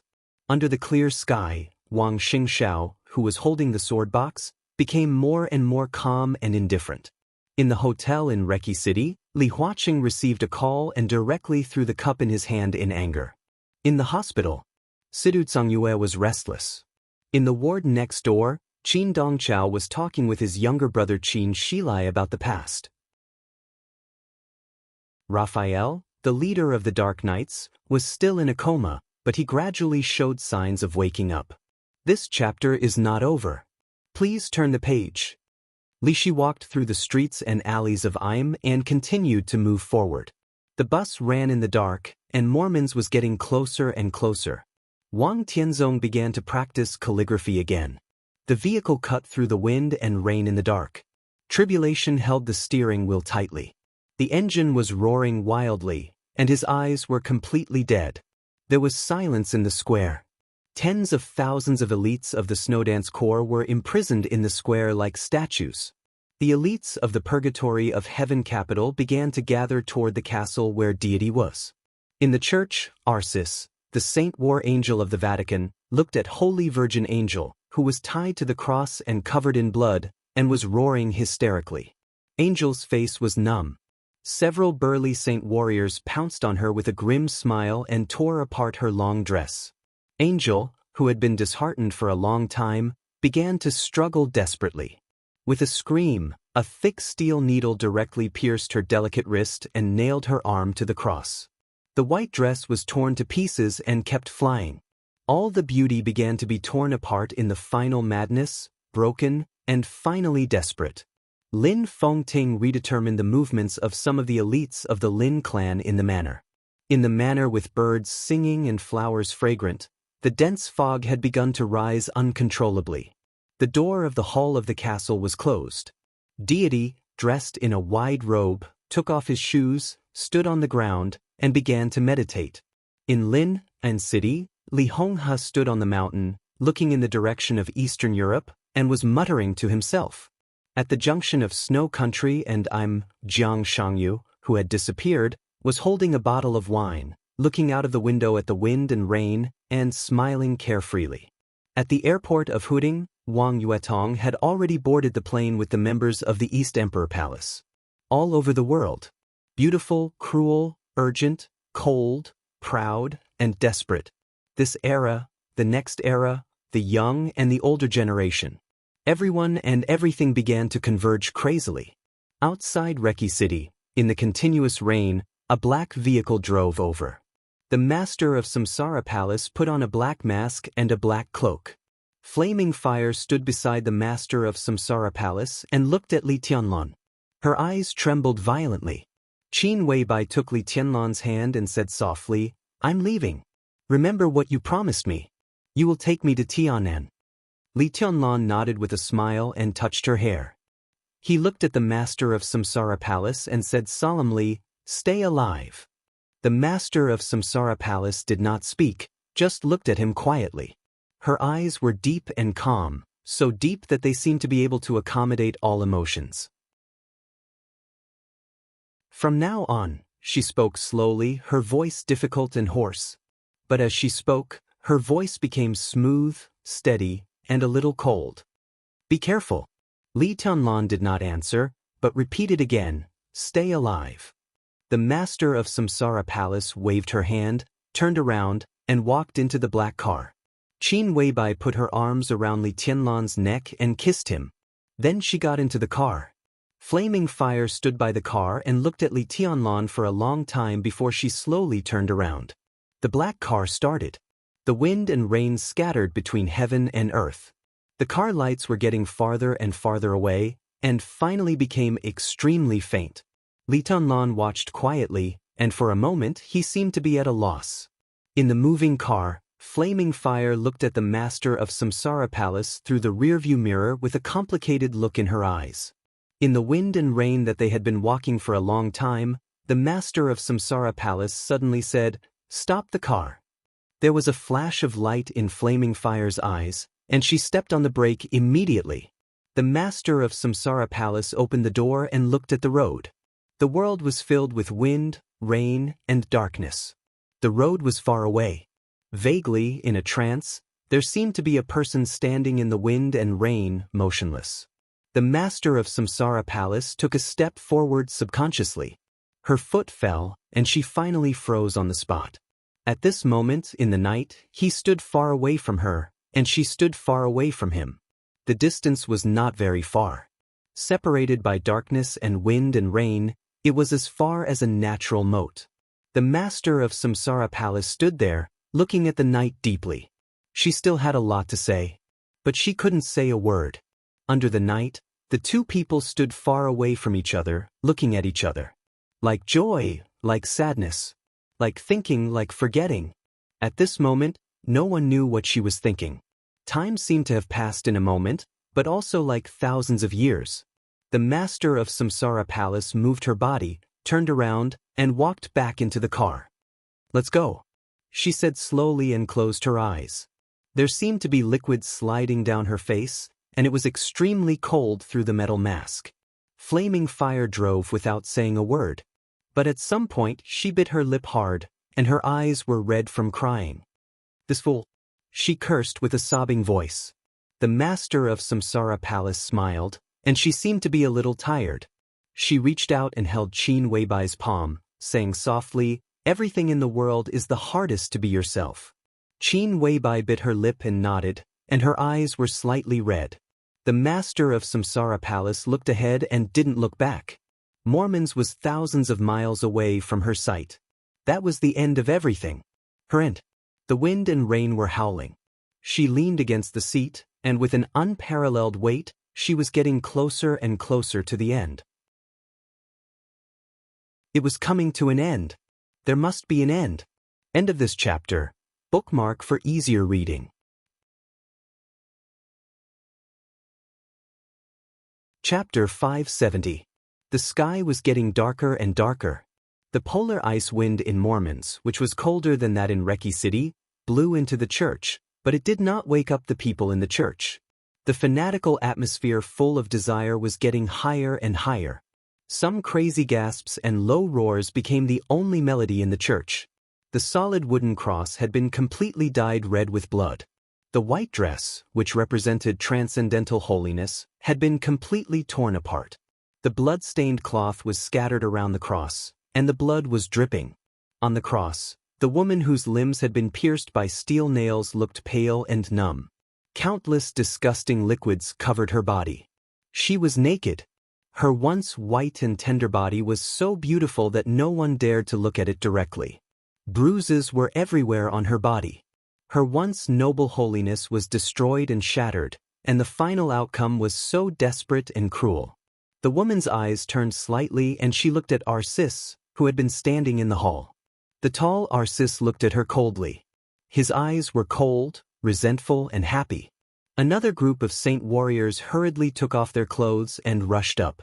Their crazy voices, which were almost irrational, sounded. The whole hall had become the best place to vent their animal desires.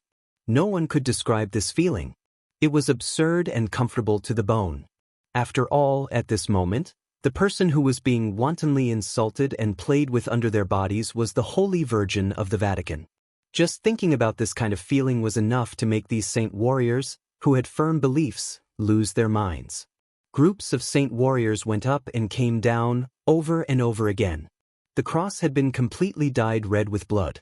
Angel's body was nailed to it, and she suffered countless ravages. Her expression did not change, and she just looked at Arcis quietly. There was no emotion in her eyes, only numbness and dullness.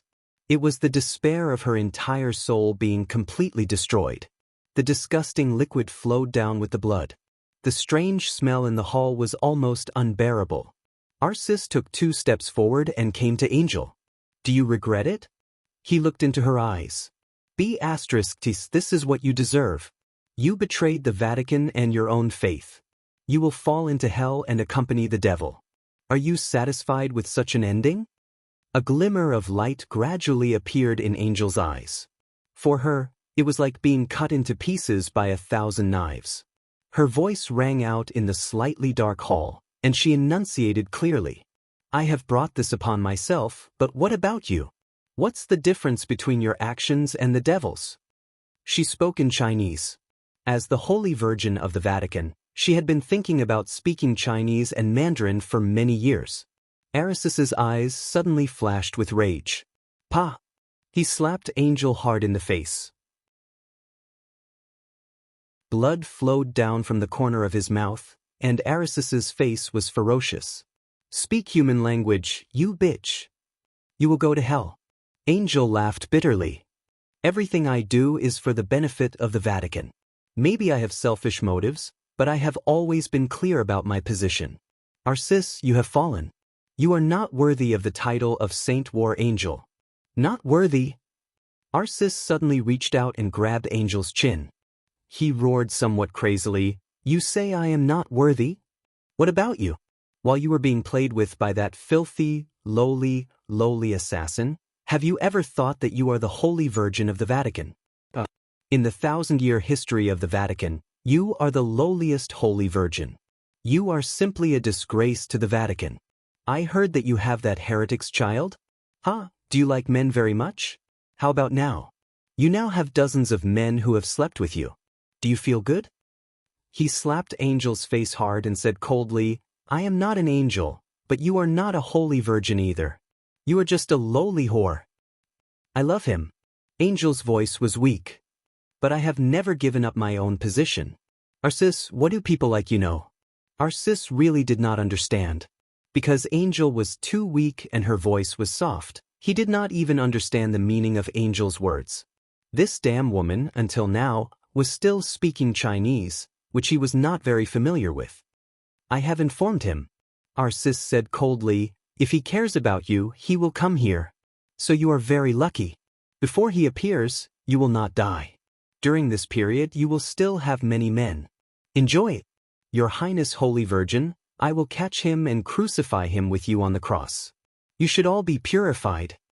Angel's body moved. Just as she was about to speak, a sigh suddenly sounded.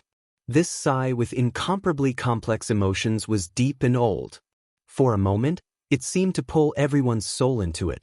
Everyone, including Arcis, froze on the spot for a moment, with confused eyes. In the hall that exuded a subtle stench, the Pope in white walked in. "Are you from the North Island?" "I am from the Northeast." "Northeast?" "Northeast of Zhongzhou State." "I haven't been to Zhongzhou State yet. My name is Ariel from Italos." "My name is Situ. This is my surname." Goodbye." "What a coincidence. Haven't you left yet?" Do you also like cherry blossoms?" "Then what are you looking at?" "Looking at the sea. The sea in the North Island is not beautiful. The other side of the sea is beautiful." "Oh, I don't like it there. I don't like that mountain." "People in Italos don't like that mountain. I don't like it very much either. I've been very happy these days. See you tomorrow." "I'm leaving." "Where are you going?" "Oh, Zhongzhou State? I don't seem to be very welcome there. But I think I will go there. But Chinese is very difficult. Can you teach me?" "I'm leaving." "You can take me with you. I'll learn Chinese from you." "I can't." "Goodbye." Under the setting sun, The sunlight of the North Island shone from the sea level and fell on the cherry tree. The pure and beautiful woman watched his back gradually go away and suddenly said, "Actually, my name is Angel." The figure paused. "My name is Situ Wanjia." "Oh, Situ, we are friends." "They want to kill me. But my identity can represent a lot of things. They want my identity." Again. "Look at the cherry blossoms, your favorite." The petals of the cherry blossoms fluttered in the wind. In the morning after the rain, the world was full of clear light. She sat under the tree, looking a little haggard, with a breathtaking beauty. After a long time, she said softly, "But I want to go back." The silent and sharp young man looked at the sea in the north. After a long time, he said faintly, "Then go back. I'll take you." "Oh, Holy Virgin?" "Sorry, you don't have to say sorry." The Holy Land was in front of them. From the North Island to the Holy Land, across mountains and rivers, across the plains, and over the sea, countless warriors with firm faith fell. After nearly half a year of traveling and wandering several times, the young man and woman finally arrived at Italos and the Holy Land. The man looked extremely tired, but the light in his eyes became sharper and sharper. "You are the missing Holy Virgin of the Vatican." "Sorry, the woman's voice trembled. The man turned around slowly and said calmly, "Goodbye." "That's the Holy Land where I grew up. I am the Holy Virgin of the Vatican. It has always been my dream to return. I have no choice. I can understand that the Holy Land has arrived. I should go." "Your Highness, Angel." "Don't call me Your Highness. Call me by my name." In the cold silence, the woman, who could reach the peak with only one step forward, looked back at the Holy Land, her eyes in a trance. "I have always wanted to come back because my dream is here." But at this time, the dream was so illusory. Only the man in front of her, who had stood in front of her countless times in the past 6 months, was so real. She returned to the Holy Land. "But now, I want to leave here. Situ, take me away, okay?" "Your Majesty, let him go, please." "Your Highness, Angel, don't forget your identity. He is my friend, Arsis. You are not qualified to interfere with my privacy." "Ridiculous. The Holy Virgin has no privacy. I don't want to be the Holy Virgin. I don't want. If you don't be the Holy Virgin, he will die." "This is blasphemy. Purify this heretic. He kidnapped the Holy Virgin. He deserves to die." No, I beg you, let him go." The engine roared to the limit in the wind and rain. The night retreated rapidly, and the vehicle went straight from the road to the highway. At the maximum speed, the off-road vehicle with the pass of the Snowdance Corps directly passed through the border of Wulan State. Tribulation's eyes became more and more silent. At 10 o'clock in the evening, the vehicle officially entered the border of Im. The engine roared, which was almost overloaded, continued. The vehicle rushed in the wind and rain, and countless memories flashed through his mind. "Greetings, Your Highness. You are?" "I'm Situ Tsangyue's younger brother." "Younger brother? I'm Tribulation." "Oh, the little guy back then, I've seen you. Why are you here?" "I want to become stronger." The calm voice was with unimaginable stubbornness and paranoia, like the growl of an injured beast. "There are many ways to become stronger. But it's only with you that I can find the fastest and most effective method. My martial arts are very special." "Why do you want to become stronger?" "I just want to bring her back. He said she wanted to go with me. He said she wanted to see the cherry blossoms in the North Island." "Where is she?" The other party didn't ask who she was, just where she was. In the old man's mind, it didn't matter who the other party was at all. The Holy Land. The 3 simple words seemed to carry great weight. He slowly opened his mouth and said it with great difficulty. "The Holy Land. You want to take away their Holy Virgin? Or a candidate for the Holy Virgin? Or a certain core god's punishment priest?" "No matter who it is, in my current state, if I go all out to face Arsis and the Pope in the Holy Land, I should have a 70% chance to bring her back. But if it's you, I'm afraid it will take many years. Your Highness is willing to help me. I can't take action. Otherwise, what will happen to the remaining soldiers behind me? I heard that Your Highness has the map of God of War in your hand, which can be the fastest. That's the invincible manual.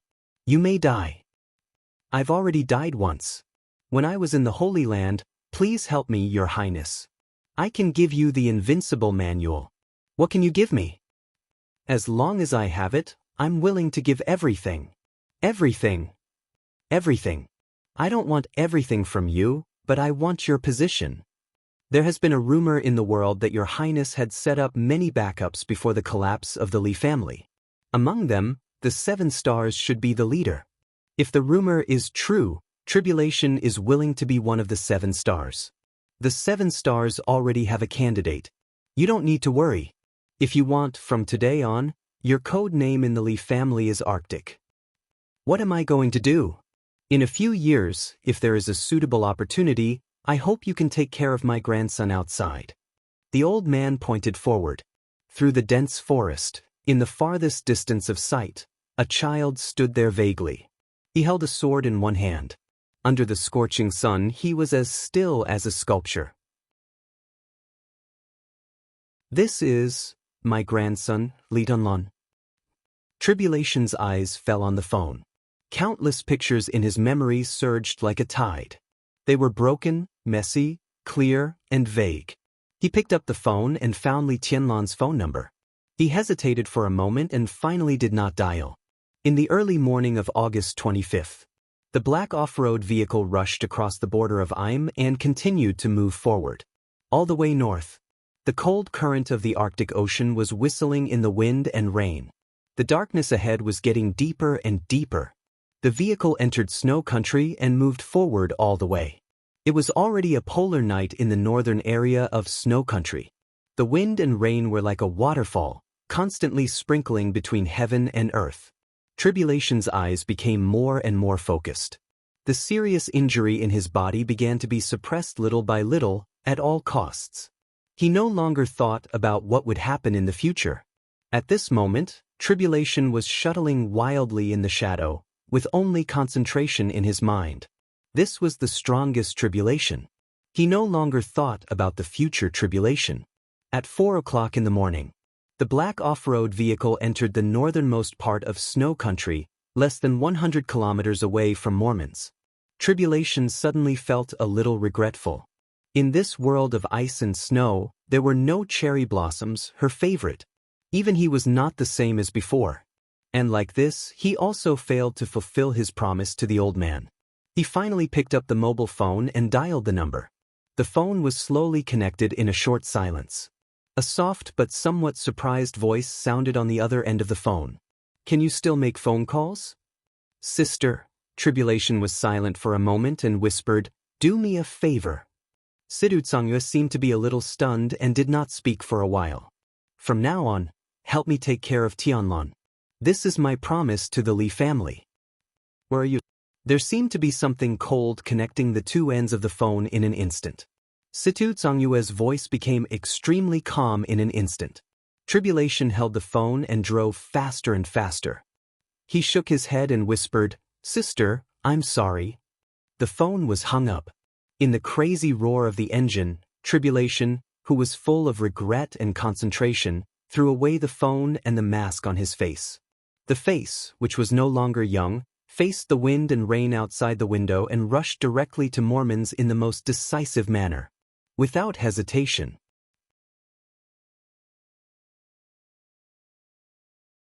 Chapter 571. In the dim light, Angel's eyes moved with effort. Her gaze fell on the Pope's face. The Pope's face was as gentle as ever, and his eyes were filled with sighs and pity. Angel's body moved, and the steel nails in her limbs felt a sharp pain. Her somewhat blurred consciousness woke up in the pain. Your Majesty the Pope. Her voice was hoarse and weak.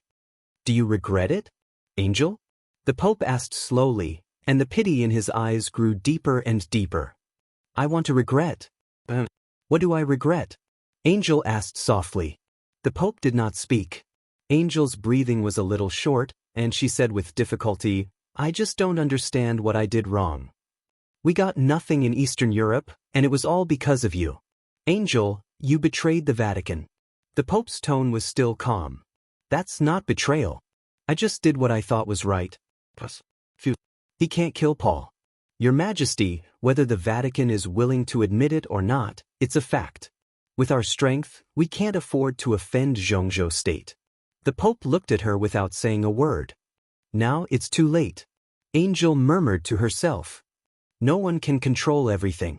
The Pope tidied up his white robe and said blandly, I can understand your feelings when you destroyed Arisus's coronation, and I can also understand your thoughts at that time. But in fact, everything that happened after you destroyed his coronation was beyond your expectations. Arisus was hypnotized and used the redemption in advance. In the battle known as the Trial Day, the Vatican had almost no effect. Paul and King Tong did not die, and we had no interests in Eastern Europe. In this chaos, we suffered a crushing defeat. If Arisus was at his peak, it might have been another result now. I understand your original intention, but the reality is that all this is because you destroyed his coronation. That's not my intention. Angel was silent for a moment, then sighed and said, I overestimated Arisus. The Pope's eyes flashed with a touch of humor and bitterness in an instant. He shook his head and did not speak. Angel had indeed overestimated Arisus. As one of the few experts at the peak of the invincible realm in the Dark World, compared with the others, Arisus's aptitude was not very outstanding. He had exhausted all his potential to barely break through to the peak of the invincible realm. It could even be said that he had overdrawn all his potential. He was known as the best in close combat in the Dark World, but his willpower was always a little weak, which was also his recognized weakness. But before that, except for the Pope, no one had thought that Arisus's will would be so fragile. According to Angel's estimation, even if she destroyed the coronation, the other party's will should be far beyond that of an ordinary invincible realm expert. At most, it should be a little worse than that of a peak invincible realm expert. Except for the Pope, who could hypnotize such a person. However, after Arisus's coronation was destroyed, he directly stepped into the hypnosis trap of the Eastern Church. As a result, the strength of Arisus's will was clearly exposed in front of everyone. Without being crowned, Arisus's comprehensive combat capability was at the peak of the invincible realm in his normal state. But in terms of willpower alone, he was at most a little stronger than an ordinary invincible realm expert, and his strength was limited. This was the Saint War Angel who supported the Vatican. His willpower was not even as strong as when he died in East Island more than 3 or 4 years ago. This chapter is not over. Please turn the page. Aldak, the Angel of Slaughter, was in Li Tianlan's hands. Even in the current situation, Angel felt that this was a little ridiculous. She shook her head and said with a mocking look in her eyes, In fact, this is your main purpose for targeting me, isn't it? The fundamental reason why I paid the price today is not because of the series of consequences caused by me destroying the coronation. Your Majesty, the fundamental reason why you are so indifferent and Arisus is so crazy is that I destroyed his coronation. This matter itself has nothing to do with the consequences. The Pope was silent. Angel was right. Destroying Arisus's coronation itself was the biggest loss of the Vatican this time. It was so heavy that even the Pope was a little crazy. Although the Vatican gained nothing in Eastern Europe this time, it did not lose too much. It was nothing more than some elite saint warriors. Although it was distressing to lose these losses, as the Holy Virgin of the Vatican, Angel could not be treated like this. The reason why she ended up like this now was that she had overestimated Arisus. She had never thought that Arisus's will was so fragile. After destroying the coronation and being hypnotized, the will of the Pope's coronation on him would constantly backfire on Arisus. Under normal circumstances, as long as Arisus's will was firm, there would be no problem, but his will was not up to standard at all. In this way, the most intuitive consequence was that Arisus, who had lost the Pope's coronation, would have a sharp decline in his combat capability. The decline of his will also meant that Arisus was about to fall from the peak of the invincible realm. Even if he was crowned again in the future, he would no longer have the strength in his normal state. In the Battle of Eastern Europe, the Vatican had directly lost an expert at the peak of the invincible realm. That was why Aricis's performance was getting more and more abnormal. His resentment against Angel was increasing every moment. He wanted to retaliate against her and all the people related to her in the cruelest way. And the Pope chose to acquiesce in this situation. Our sis informed tribulation of your news. The Pope changed the topic and suddenly asked, Angel, do you think he will come? Angel looked at the Pope quietly. There was no panic in her eyes. Instead, there was a very gentle smile. He will definitely come. She stubbornly held on, letting Arcis torture her body and tear her soul, just to see him again. Just one look. He will die. The Pope looked at Angel, and he suddenly felt a little uneasy. Angel gave a faint, "Oh." The Pope took a deep breath and said blandly, "You were right about what you said just now.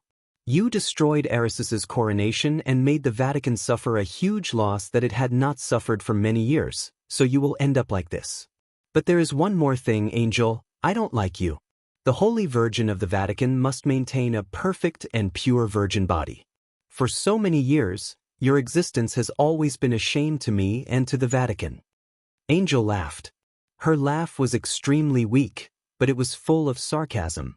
"You don't like me? I'm the Holy Virgin of the Vatican. For so many years, I think everything I do is worthy of the Vatican. Even this time, my original intention is not. I understand." The Pope nodded and interrupted her. "I understand too, but I just don't like you." Hating a person would not be shaken by how many good things she had done. He just didn't like her, and that was enough. Angel was silent for a while and said slowly, "I understand. Actually, this chapter is not over. Please turn the page." In the dark environment, her voice was ethereal and demonic, with a strong sense of depravity. "I wanted to say for a long time that I don't like you, Pope, and I don't like the Vatican even more. It's only because the Vatican has my faith that I chose to stay. For the sake of faith, I gave up a lot of things. But until today, until now, I understand that what I insist on is not that I can't give up, but those who have given up a long time ago really can't give up." She leaned against the cross and looked at the Pope. Her body was covered in blood, but her expression was so solemn, as if they were meeting like this. "Let me introduce myself. I'm Angel Situ." Arcis, who was next to her, gradually woke up in the Pope's spiritual domain. He heard Angel's self-introduction and her following voice. "From today onwards, I am a non-believer." Aricis's face suddenly twisted, and his furious roar echoed wildly in the church. The Pope's face was a little gloomy. Non-believers, after all, fall into hell. Angel chuckled. "Is hell very scary? I'm in the church now, under the gaze of the Father, but in my heart, this is hell. This is arrogance." "Enough!" Angel suddenly interrupted Aricis's roar. She seemed to have a terminal lucidity. Her spirit was getting better, and her eyes gradually became clear and disdainful. "Who do you think you are? You're a clown hiding behind the old Pope. Do you really think you're a saint, war angel?" Aricis's eyes were red, and even his hair was standing on end. "All right." The Pope's light voice sounded. "Angel, you've seen your end. It doesn't make sense to say anything now." He slowly turned around, walked back to the way he came, and said calmly, "I said that no one can control everything.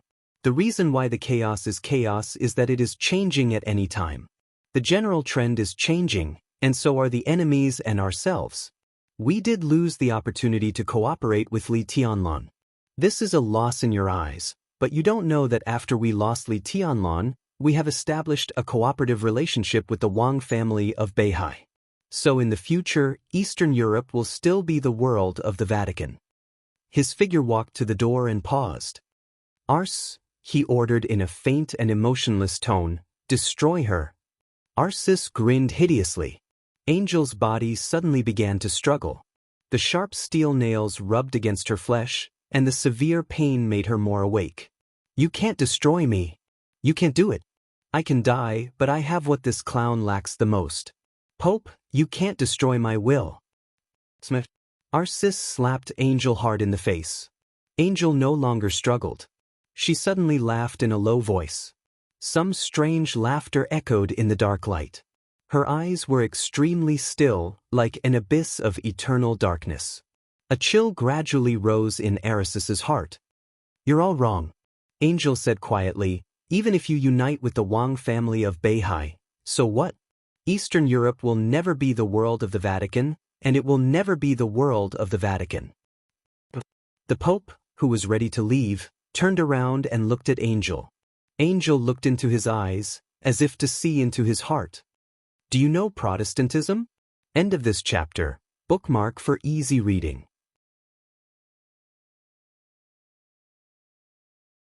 Chapter 572. It was windy and rainy. The smooth road looked extremely pale under the bright headlights. The messy heavy rain spread from the front to the far end of the site. The whole sky seemed to become chaotic with the wind and rain. In the silent car, the three women who seemed to have calmed down again were silent. Flaming Fire held the steering wheel and said nothing. Under the cold mask and black cloak, the master of Samsara Palace leaned against the seat motionlessly, as if she was asleep. There was a dim light beside the master of Samsara Palace. Qin Weibai held the notebook and read the emails carefully. Her expression was as beautiful as an oil painting. Her fingers flew lightly on the keyboard, and she handled one thing after another skillfully. The chaos was coming.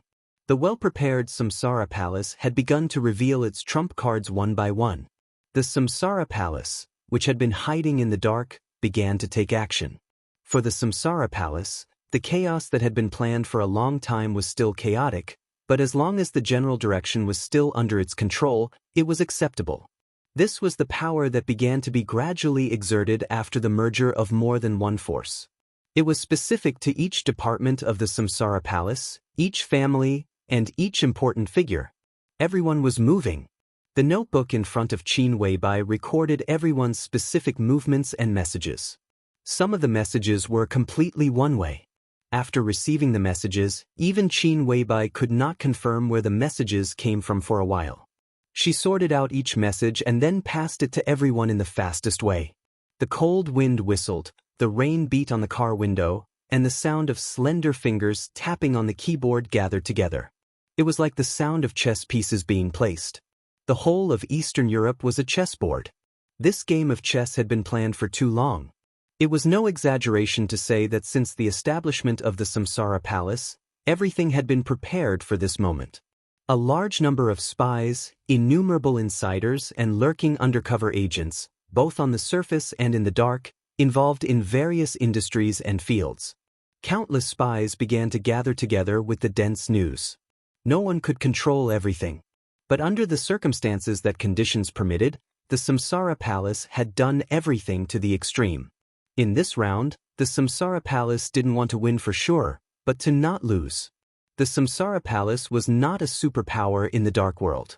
Although they were strong, they had no foundation, and the lack of foundation made people unable to see their future. They were not as deep-rooted as the Wang family of Beihai, the Vatican, and even the purgatory of Heaven Capital. But it had only been a few months since the chaos in Eastern Europe broke out. No matter how steady the arrangements of the major forces were, there would always be some haste amidst the calm. But the Samsara Palace was different. In the land of Eastern Europe, they had been laying out for several years. All the preparations could not be more complete. In the last time, what Qin Weibai had to do was to use the information in her hands to fix the chess pieces one by one in the final position. If this chapter is not finished, please turn the page. In this way, as long as the chessboard did not flip, this game would be unbreakable. A new email appeared on the computer screen. Qin Weibai glanced at it and fell silent. She stopped typing on the keyboard. After a long time, she said slowly, "Tribulation is close to Mormons." The car was moving forward, passing through the wind and rain, neither fast nor slow. The master of Samsara Palace, who had been silent, suddenly moved and whispered, "The Vatican is finished." Qin Weibai waited in silence. But she waited for a long time, and the master of Samsara Palace did not speak. "That's it?" She couldn't help asking. "That's it?" The master of Samsara Palace nodded. What will happen to tribulation? Qin Weibai asked directly. She had known her for many years, but until now, she could not accept her indifference. This kind of coldness, cruelty, or even inhumanity completely stripped away all emotions. When a person was in such a state, the world was incomparably pure, so pure that it could only accommodate one person's figure. Apart from that, beautiful, cruel, sad, inspiring hers, his, it, and even herself, everything had nothing to do with her. The only meaning of such a life seemed to be to remember and wait. To recall the past and wait for the end. Qin Weibai did not dislike such a character. She just felt distressed. No one's life should be like this. What kind of life was this? The master of Samsara Palace fell silent. She seemed to be thinking, but it also seemed that she did not hear Qin Weibai's words. Qin Weibai suddenly felt a little powerless. Tribulation was close to Mormons. In the intelligence of the Samsara Palace, Holy Virgin Angel had been regarded as a traitor by the Vatican. It was not hard to imagine what would happen to tribulation after he left. But there was only one result for the master of Samsara Palace. The Vatican was finished. What would happen to tribulation? She did not seem to care about this question at all. If she did not care, how could she plan?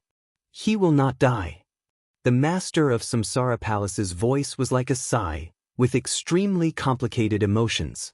Qin Weibai once again turned a piece of intelligence into an order and sent it down. She looked at the screen, thought for a while, and said, "I'm not sure." The Samsara Palace's control of Mormons had really reached the extreme. The pervasive penetration over the years could almost be said to be really everywhere. In that small city close to the Polar Ground and the headquarters of the Polar Ground Alliance, nothing could be hidden from the Samsara Palace. The Samsara Palace received the news as soon as the Vatican took Angel into Mormons. But at that time, all the arrangements of the Samsara Palace had begun. The master of Samsara Palace had also left Mormons. The elites of the Lin clan were still gathering. Only Lin Fengting was in Mormons. But Lin Fengting was also the most important person in the final battle. The Samsara Palace could not let him be alone. This chapter is not over. Please turn the page. He was going to face the Pope, Arcis, and many of the most elite saint warriors. Most importantly, according to the Samsara Palace's prediction, although Angel was in danger, it was not impossible to turn the situation around. However, the only thing that was out of the Samsara Palace's expectation was that the Vatican was too lenient and cruel to the traitors. They tried to wash away the shame with purification for the traitor Holy Virgin. But in the face of the deputy commander of the Holy Disarmament Corps, who also betrayed the Vatican, they were too lenient. Mellad betrayed the Vatican, but he also established cooperation with the Vatican. The Pope was too decisive in this matter. He did not even hesitate at all.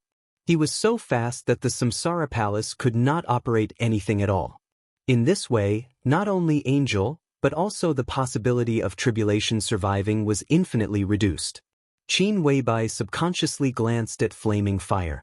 Flaming Fire drove quietly at a moderate speed. She shook her head and said, "It's too late." "Is that the only way?" Qin Weibai looked out of the window and muttered to herself. "That's the best." The master of Samsara Palace said indifferently, "After the trial day, the Vatican failed to plot against the 5 countries in Eastern Europe and has begun to cooperate with the Wang family of Beihai. There is little information in this regard. We can't determine to what extent their cooperation with the Wang family of Beihai has reached. But in the final battle, they will not be our friends. In this case, it is better to let them withdraw in advance." "Is this an exchange?" Qin Weibai suddenly asked. The master of Samsara Palace was silent for a while and said faintly, "It's worth it." In her eyes, there was no such concept as whether it was cruel or not, only whether it was worth it or not. Qin Weibai looked at the master of Samsara Palace quietly for a long time. "I can understand your thoughts," she said slowly and softly, "but have you ever thought about what Tianlan will do if he knows that tribulation has gone to Mormons?" "I'm mentally prepared." The master of Samsara Palace's voice was dull. "If he appears on the battlefield, I'll come." She paused and continued, and he may not necessarily go. The Snowdance Corps will not play a role in this final battle. Qin Weibai thought of the news that came not long ago.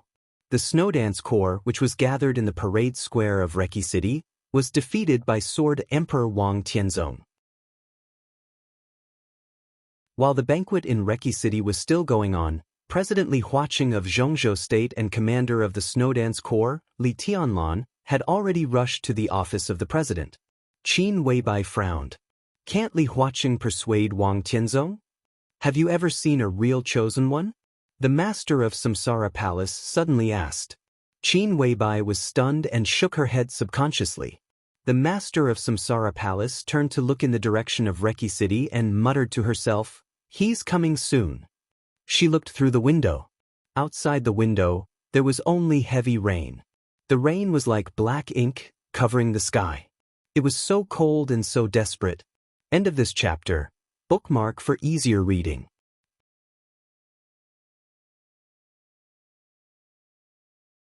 Chapter 573. Only by witnessing it with his own eyes could he understand how shocking the sword move of the strongest swordsman in the world was. The military parade square of Reki City was extremely wide.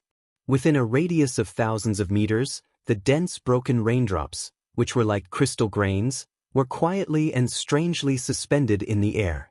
The sword intent extended from the broken raindrops, stretching the crystals one by one. The lights in the square refracted colorful light in the suspended crystal grains. The whole square became hazy and blurred. The soldiers of the Snowdance Corps froze there one after another, looking like dead things. The military parade square had been completely cordoned off. The military of Wulan State blocked the 2 blocks around the square. On the steps around the square, in front of a blurred and dangerous light, Li Tianlan quietly looked at a soldier of the Snowdance Corps who was closest to him. The halo was spreading, the raindrops were breaking, the sword energy was extending, and the danger was spreading. In his sight, the soldier of the Snowdance Corps was very close to him, but everything in front of him became extremely blurred. Vaguely, Li Tianlan could see that the other party's eyes were trying to move. Obviously, this sword move imprisoned his body, but it could not imprison his mind. Li Tianlan's palm moved, and then he fell silent again. "How is it?" Li Huaqing stood beside Li Tianlan and asked in a gloomy tone.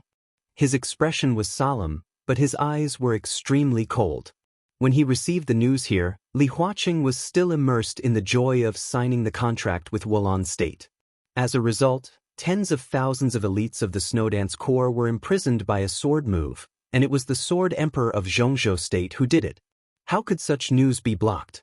Now, perhaps the whole world knew that the Sword Emperor Wang Tianzong had attacked the Snowdance Corps. Such behavior was tantamount to openly stepping on Li Huaqing's bottom line. No matter how he looked at it, Wang Tianzong had gone too far.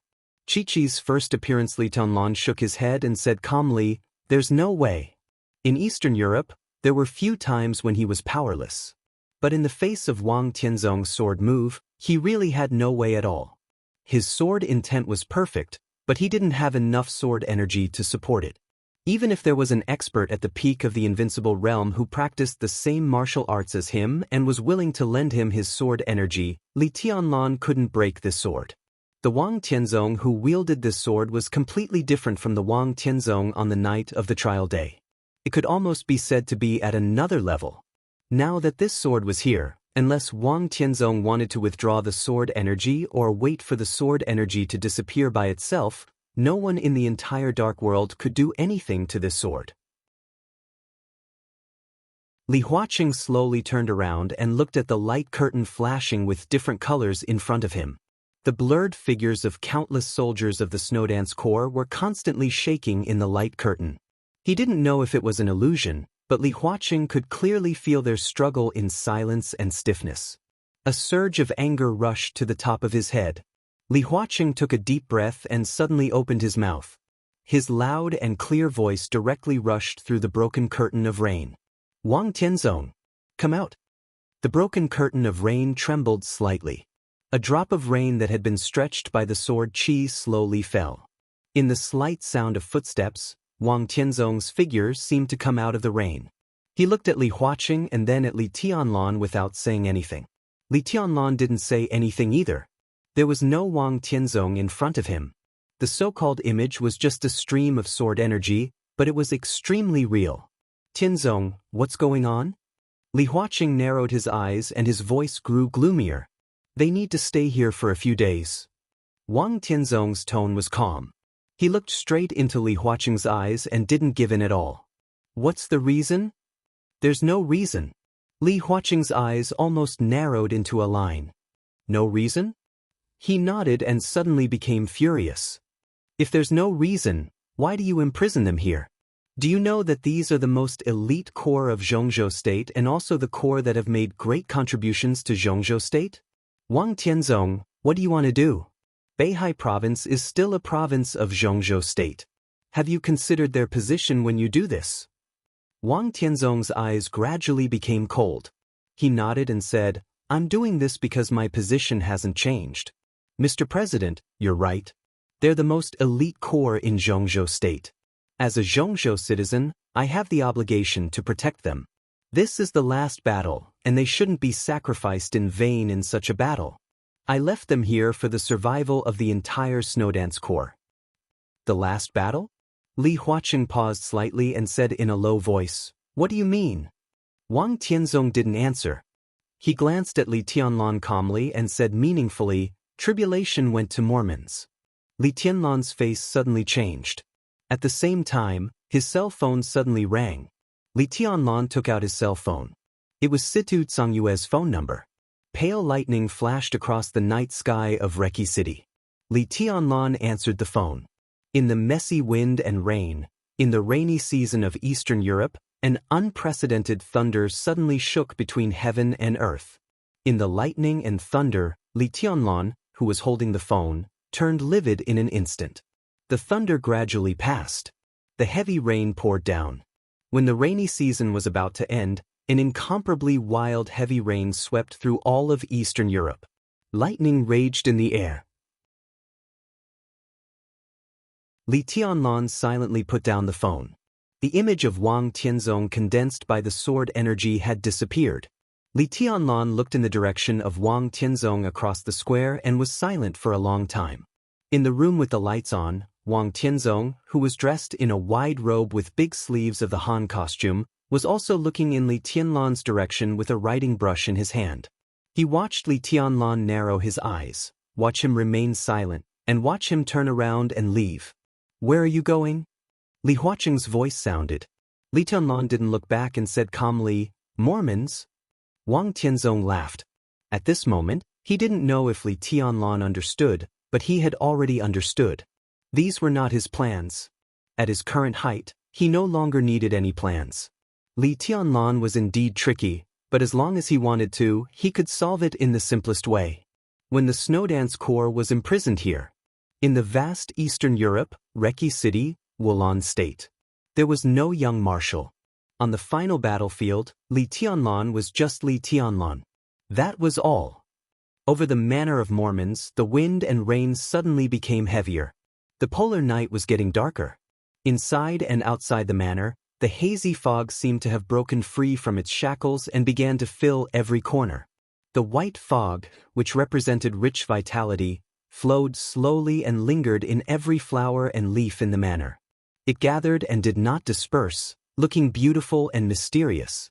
The deep black and white fog of the polar night slowly intertwined. Lin Fengting silently walked in the garden, carefully looking at the grass and trees in front of him. His movements were very slow, and his eyes were focused on every flower in his line of sight. Such a serious posture gave people the feeling that he wasn't looking at the flowers at all, but was looking for something. An old voice sounded behind him, and he was a little confused. What are you doing, sir? Behind Lin Fengting, the 13th Supermaster of Samsara Palace, Xian Xuanzi, the Metaphysics Grandmaster of Zhongzhou State with the code name Tianji, held an umbrella with a puzzled look in his eyes. He had used a mortal fate to connect Li Tianlan's dragon vein with Qin Weibai, and their vitality was closely connected. Now it was time to have a result, so he naturally had to come and see. But he did not know what Lin Fengting was looking for here at this time. Lin Fengting walked slowly, as if he did not hear Xian Xuanzi's voice. Xian Xuanzi hesitated for a moment and followed Lin Fengting with an umbrella, carefully observing the white fog condensed by fate around him. The frantic raindrops pattered on the pitch-black surface of the umbrella. The flowers and plants shook, the thunder roared, the lightning flashed, the wind howled, and the rain fell. It was noisy. In a trance, Lin Fengting's very soft and low voice sounded, with trance and unreality. Master, do you think there will be two flowers that are exactly the same in such a big garden? Xian Xuanzi was stunned for a moment. There would not be two leaves, two flowers, or two people that were exactly the same in the world. He glanced at Lin Fengting and said with a smile, maybe there will be similar ones. Lin Fengting's voice was a little persistent. I mean exactly the same. How is that possible? Xian Xuanzi smiled and shook his head. I thought it was impossible before, but why is it impossible? Lin Fengting muttered to himself and shook his head. Xian Xuanzi suddenly felt a little uneasy. His eyes focused and looked at Lin Fengting. What do you mean, sir? Boring. Lin Fengting shook his head. These, he pointed to the vast fog ahead. Such strong fate, such strong vitality, who did you give it to? To the boss, of course. Xian Xuanzi's tone was indifferent. Lin Fengting laughed. His smile was complicated and absurd. Who is your boss? Xian Xuanzi looked at him with even more absurd eyes. He asked, who else can it be except Qin Weibai? Lin Fengting whispered, who else can it be except Qin Weibai? In the wind and rain, he smiled bitterly. But the question is, who is Qin Weibai? In the dark church, in the almost frozen atmosphere, blood was still flowing. The smell of blood seemed to have a strange fragrance, and the smell that represented sin and desire had begun to fade away. The Pope, who was about to leave, walked back step by step. Angel looked at him, and her calm eyes were like ice and snow. What is the new stream? The Pope stared into Angel's eyes and asked seriously, you don't know the new stream? Angel tilted her head and looked at the Pope. Her voice was hoarse with strange emotions. The Pope said nothing. Of course, he knew the new stream. In the traditional sense, the new stream was also a sect that believed in God. In the eyes of ordinary people, there was no difference between the Vatican, the Eastern Church, and the new stream. But because of their different interpretations of the same faith, they were strangers to each other and even regarded each other as heretics. The Vatican was powerful. It was entrenched in Eastern Europe and spread all over the world. The Eastern Church was also deeply rooted in Eastern Europe. The new stream was a force that had only risen in recent years. It had no clear diocese, scattered personnel, and insufficient foundation. It was mainly distributed in Southeast Asia. This kind of sect without foundation was not worthy of the Vatican's attention. But the new stream really had a large number of people, and in the chaotic area of Southeast Asia, it was very easy to cultivate fanatics. So the new stream had developed very fast in recent years and had vaguely become the third force besides the Vatican and the Eastern Church. But at this moment, the Pope was not sure if the Protestantism that Angel was talking about was the Protestantism that she knew. You joined the new stream? The Pope's voice suddenly became extremely cold. I didn't join the new stream. Angel's voice became more and more difficult. I said that before today. I had a clear conscience about the Vatican. The Pope looked at Angel coldly and did not speak. I didn't join it, but it doesn't mean that I haven't been in contact with the new stream. I am the Holy Virgin of the Vatican. The new stream is developing very fast. I very much hope to absorb the new stream, let the new stream accept our ideas, and then become our new diocese. Did you see the Pope of the new stream? The Pope suddenly asked. Angel shook her head. I didn't see the Pope. She smiled. But I saw the Holy Virgin of the new stream, whose status is even higher than the Pope. She said quietly, but the Pope's body suddenly became extremely cold. It was raining heavily. The conversation between Angel and the Pope came to an end. The conversation between Mellad and the mysterious Majesty also came to an end. There was silence at the end. Listening to Angel's encounter, His Majesty did not speak for a long time. Mellad waited quietly. But the longer he waited, the more he felt that something was wrong. "You mean that our sis arranged a lot of confidants for Angel? To be exact, there are 16. Mellad said seriously. That is to say, Angel had 16 men overnight? His Majesty's voice was very cold. Then he sneered. Do you think it's possible? Mellad seriously thought about the situation at that time. From his standpoint, he really wanted to see such a hot scene where the saint warriors insulted the Holy Virgin of the Vatican. Therefore, he paid special attention to this matter. He carefully recalled and confirmed again, that's the truth. Bullshit. His Majesty suddenly scolded angrily. With Angel's character, purity is her bottom line. She only has tribulation in her heart. Tell me, under what circumstances would she let more than 10 men insult her? Mellad was silent for a while and tentatively said, when she can't resist. His Majesty was not amused by his dry humor. He thought slowly and said, it's impossible for Angel to have no room to resist. There's something wrong with this matter. It's impossible. His voice was silent for a while, and he suddenly asked, how many times has Angel been in contact with the Samsara Palace? As far as I know, there was only one time in the Holy Land. Mellad said, that night, I saw Qin Weibai and Lin Fengting. Angel was also there. His Majesty said, did Lin Fengting attack you that night? Mellad nodded. You were unscathed? His Majesty's voice became more and more gloomy. Mellad still nodded. Lin Fengting is just as a... Although his sword is strong, it's very slow. It's too slow. His Majesty's voice suddenly rose. It's so slow that you don't know how many things you've missed. He took a few rapid breaths and said coldly, didn't you notice the time after it was over? How long did it take for Lin Fengting to attack with that sword? 10 minutes? Or half an hour? Mellad opened his mouth, but his heart suddenly sank. He didn't know how long it took for Lin Fengting to attack with that sword that night.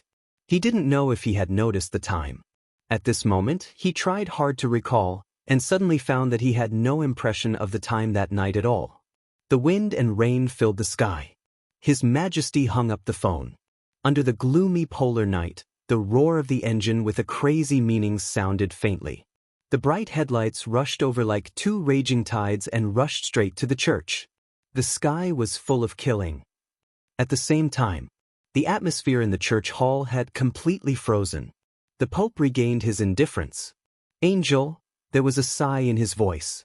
Angel suddenly raised her head and looked at him. My name is Situ. She laughed softly. In an instant, all the Pope could see was Angel's figure. Her figure was so tall, so clear, and so beautiful that it almost occupied the whole world. The Pope was at a loss for a moment and suddenly woke up. This was an absolutely pure spiritual domain. This was the transcendent realm. The Pope suddenly retreated, and his voice became extremely high as he retreated. Kill her! The sound of a heavy object falling to the ground rang out without warning. Before Arsis came back to his senses, around him, one after another, the saint warriors who had once insulted Angel with a grim smile had fallen silently. The hall of the church was still extremely dark, but the light was changing slightly. In a trance, Angel, whose limbs were nailed to the cross, was bleeding. But the smell that was full of desire was moving away. Her body was no longer naked. The torn white dress reappeared on her body, extremely clean and tidy. Arisis's eyes widened in disbelief. Was everything just an illusion? How was it possible? Angel, who was wearing a white dress and bleeding, slowly opened her eyes. She looked at Arsis, and there was undisguised arrogance in her tone. I said that you are a clown, and I have the will and spirit that you lack the most. How dare you insult me? Arisis's huge body suddenly trembled. Extreme anger swallowed all his reason in an instant. The whole night, all the scenes, the cruel revenge, the desperate struggles and wailing, were all the scenes he had imagined. Now Angel's dress was neat and tidy. When the illusion disappeared, she was so arrogant. Arisis's fingers kept trembling. Angel glanced at Arsis coldly.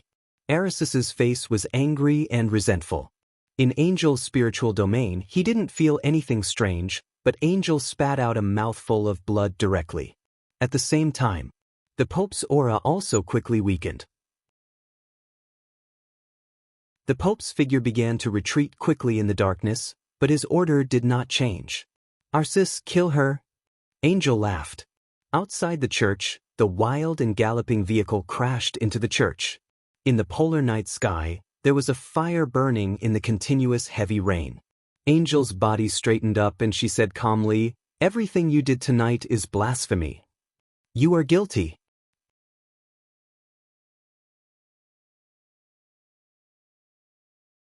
Chapter 574. The Pope quickly stepped back. He had been standing on the altar all his life, controlling people's hearts, and his words were law.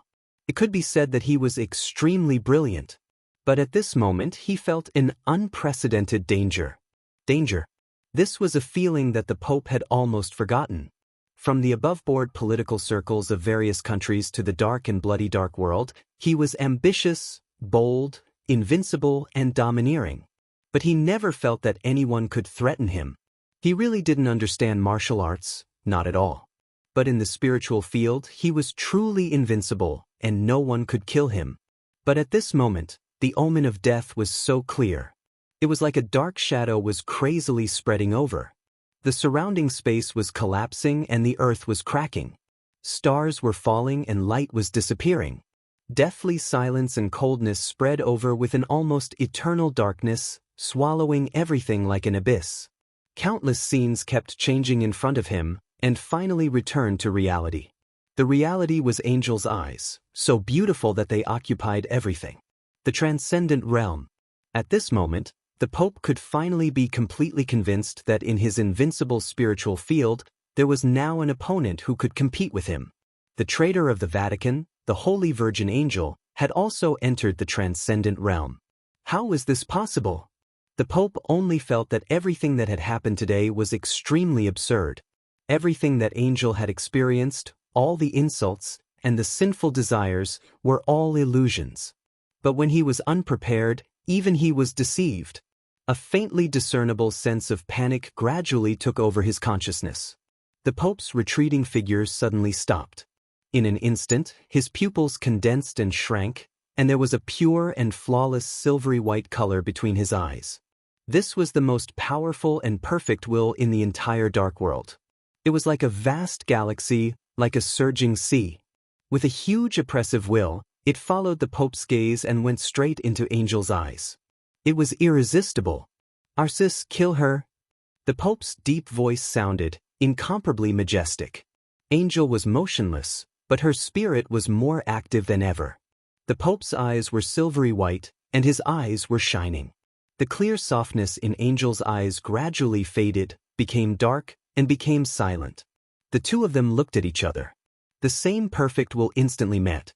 At that moment, the Pope did not feel any ordinary emotion in Angel's will. It was darkness, deathly silence, coldness, numbness, madness, and incomparable despair.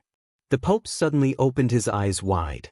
In this darkness, he finally saw the truth. He knew Angel's mental state very well. With her temperament, it was impossible for her to enter the transcendent realm for the rest of her life. Even at her peak, there was still a long way to go before she could enter the transcendent realm. After encountering tribulation, her mental state had been unstable. It was already good enough that she had not regressed. It was impossible for her to continue to improve. From saintess to rebellion, to being purified, all the experiences might stimulate Angel's will, but it was impossible for her to break through to this level. There was no traditional realm in the spiritual domain. The transcendent realm was the only realm. There was a natural moat between this realm and the upper and lower realms. It was even more exaggerated than martial arts. To some extent, Angel had no room for improvement. But at this time, the willpower and spirit displayed by Angel were indeed in the transcendent realm. That vast yet incomparably condensed will was so dark, so despairing. This was not Angel's state of mind at all. Naturally, it was not Angel's will. The darkness was like a tide. With a madness and malice that almost buried the entire era, it swallowed the Pope in an instant. The whole church was completely boiling in the silent wind and rain. Like a mad bull, a vehicle soared into the air and crashed into the front door of the church. The harsh alarm and the angry roar sounded at the same time. The polar night was silent. The heavy rain fell. The fierce wind all over the sky stopped for a moment. A figure that was not very tall appeared in the air like a shadow. He raised a palm. All the airflow around him stopped in an instant. As the most elite force of the Holy Disarmament Corps, countless saint warriors reacted immediately. A saint warrior in heavy armor, who was obviously ready for battle in advance, suddenly rose into the air and shouted, "Who is it?" The stagnant ice wind shook slightly. In the silence, the body of the saint warrior who had rushed into the sky shattered silently. At this moment, it seemed that countless sharp blades had split his body. The broken pieces of flesh and blood spilled down and fell to the ground with a dull sound. Please turn the page if this chapter is not over. This picture was so clear and cruel that the Holy Disarmament Corps, which was full of fighting intent, was silent for a moment. Everyone stared at the thin figure in the air, who was not tall and could even be said to be slightly short. Black tights and silver mask. He stood there without any emotion that a human should have. In a trance, he was like a knife, sharp enough to split everything. After a moment of silence, the figure standing in the air seemed to glance at the Holy Disarmament Corps below. A hoarse and deep voice sounded, with extreme indifference. "Zhongzhou State, Situ Wanjie. Where's ours?" Countless curses filled with anger and murderous intent suddenly rang out. "How dare you? Heresy, kill him. He should be purified. Guilty. This is blasphemy. Damn it." Amidst countless curses and roars, Tribulation stared ahead quietly. It was raining cats and dogs. In the deep night, it took him several hours to drive across a distance of nearly 1,000 miles. Tribulation's body was a little tired, but his whole soul was burning. He didn't flinch or hesitate. In the air, he took a step forward and whispered, "I'm here to pick you up." The stagnant night wind began to surge as he moved forward. Between heaven and earth, the gale from all directions continued to gather around Tribulation's body. He moved forward slowly. Countless of the most elite saint warriors around rushed forward without hesitation. The violent airflow had formed a visible tornado around Tribulation. The space was constantly shaking because of the hurricane. Tribulation glanced down. There was no emotion in his eyes. The gale burst. The wind, which had been condensed to the extreme, burst like a knife, and kept flying with the chilling, killing intent. The shrill sound of the wind kept reverberating, getting louder and louder. The airflow that kept exploding came in wisps, and each wisp carried a fatal edge. Between heaven and earth, the killing intent soared to the sky. In the corner of the church, Mellad had already stood up. Tribulation's figure slowly moved forward in the air. Countless saint warriors rose into the air and then fell. Blood, broken limbs, and minced flesh spread all the way with death. "How is it possible?" Mellad's eyes were extremely solemn. "How can he be so strong?" At this moment, in his eyes, Tribulation was the incarnation of death.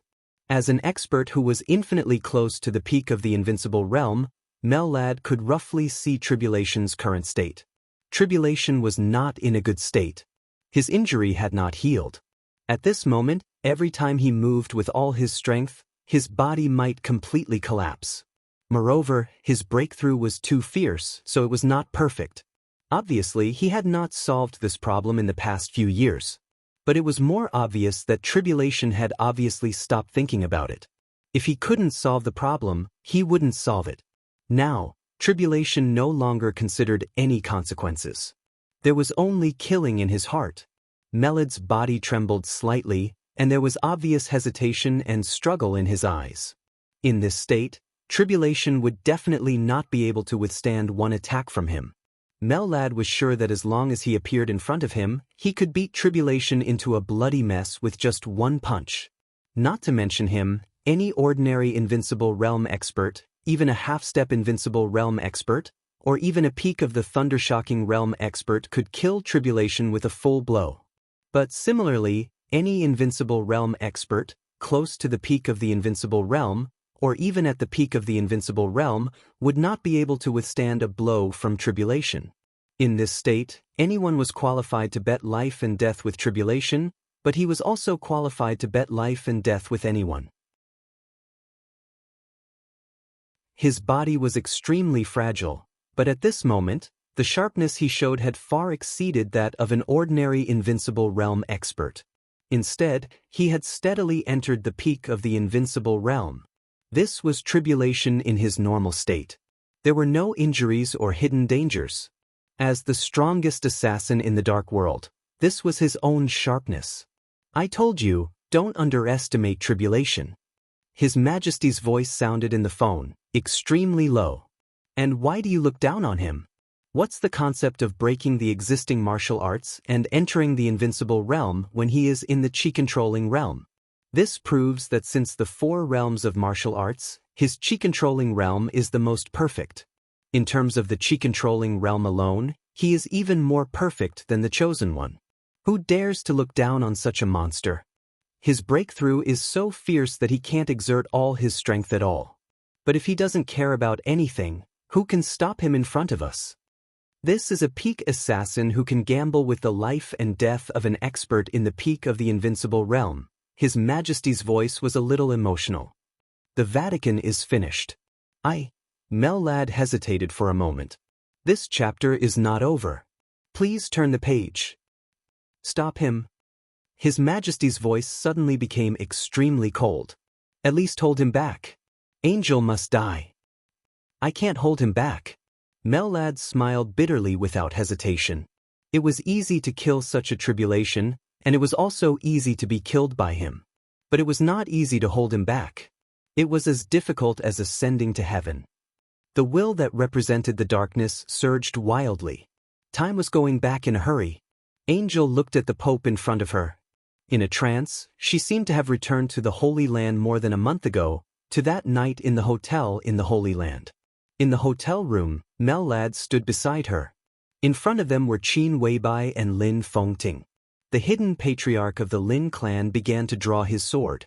The sharpness of the sword was so strong that everyone ignored everything else. The memory that seemed to have been sealed and deliberately forgotten appeared in her mind, becoming clearer and clearer. A voice sounded in her ear. Are you Tribulation's woman? Angel was shocked. In the room, Lin Fengting's sword was still moving forward. Its sharpness was at its peak, but its speed was getting slower and slower. Everything was like a completely frozen oil painting. Only her thoughts were still normal. Who are you? She looked at Qin Weibai and asked with vigilance in her eyes. I'm Qin Weibai. Qin Weibai said something nonsense. Angel became more and more vigilant. She was a little uneasy and subconsciously wanted to retreat. You should see this. Qin Weibai stretched out her palm. Suddenly, the whole world compressed toward her as she raised her palm. The surroundings were getting smaller, and the world was getting smaller. The room was constantly shrinking, completely imprisoning her in place. The opponent's will was extremely tyrannical, suppressing her in place. A hazy light appeared in Qin Weibai's palm. The light was dense and colorful, like a dream. Angel desperately wanted to look away, but her body was out of control. Her eyes were fixed on the light in front of her. The light flowed slowly, like the joys and sorrows of partings and reunions, flashing one scene after another. It was like the secular world, containing the epitome of an era, and also like martial arts. There was sword chi roaring and growing. The 6 paths of reincarnation broke out to the extreme and destroyed everything. The 10 skills of true martial arts blocked all directions, leaving no grass in the unique domain. The 24 moves of sword shattered the sky and tore the world apart. The starry sky was vast, and the shadows were flowing. Ice, wind, thunder, and fire were constantly changing. This was everything. What she wanted to see, she could see in it. Angel was extremely scared, as if she had seen the legendary Pandora's box. She knew what it meant. This was the embodiment of a strong will that was infinitely close to the extreme. The transcendent realm. In front of this light, her thoughts were extremely vague, but also extremely clear. Are you in the transcendent realm? Not yet. Qin Weibai stared at the light in her palm, and she was also in a daze. No one knew what she saw in this light. But it's very close. What do you want? Angel stepped back in vain, and her voice was gradually changing because of fear. I want to lend it to you for a while. Qin Weibai said faintly. I don't want this kind of thing. Angel almost screamed. Don't be in a hurry to refuse. It's very likely to save your life. It's not a bad thing for you. Qin Weibai smiled gently and softly. What the hell is this? Angel asked in a trembling voice. Qin Weibai was silent for a long time, and then she whispered, This is a sword light. The epitome in the sword light is an era that belongs to women, an era of revenge, the most boring era. All the memories began to become clearer and clearer. Angel thought of every expression of Qin Weibai at that time. At that time, she saw the light expanding in the other party's palm. The light was getting brighter and brighter, but she could only feel darkness. That was endless despair. The will belonging to the Pope rushed into her spiritual domain with great arrogance and determination. The Pope's pupils were contracting, but Angel's pupils were expanding. The sword light that condensed the entire era shone in her eyes. It was so fierce and so lonely. Vaguely, she remembered that she asked again at that time, What the hell is this? Qin Weibai's answer seemed equally clear at this time.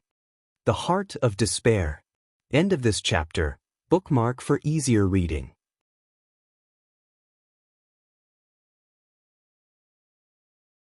Chapter 575. The most gorgeous light spread in her consciousness with the purest darkness. The light in Angel's pupils faded away quickly, becoming dimmer and dimmer. However, the sword light named Despair Heart continued to soar in her sight. Her spiritual realm and the sword light merged into one, completely stabilizing in the transcendent realm. Countless pictures kept flowing. Vitality slowly passed in Angel's body. The Pope's body began to tremble obviously. The colorful sword light appeared in his consciousness with countless pictures without warning. The pictures began to flash quickly, like a dream. Someone set off a gust of wind in the depressed deep sea. Someone gathered rainwater in the dry desert. Someone flicked his fingers and lit fire in the ice and snow, evaporating the glacier. Thunder rose between day and night, and the power of heaven fell. Someone climbed to the sky and reached the clouds. In the brightly lit city, thousands of people bowed their heads. Under the attention of the whole world, someone took over the divine sword. The tide slapped against the cliff. In front of the boulder engraved with names, someone was saying something to him. In the tide that sounded like thunder, he looked into the distance. The afterglow of the setting sun shone down, and the quiet and free couple was walking away. In the attic in the ice and snow, the girl was practicing one movement after another. The serious-looking woman corrected her every expression harshly. Smiling, raising her hand, walking steps, and swinging her waist. A golden dog appeared in the solemn and quiet airport. The heaven and earth suddenly shattered into a fist and fell down.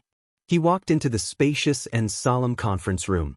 The giant standing at the peak of power stood up at the same time.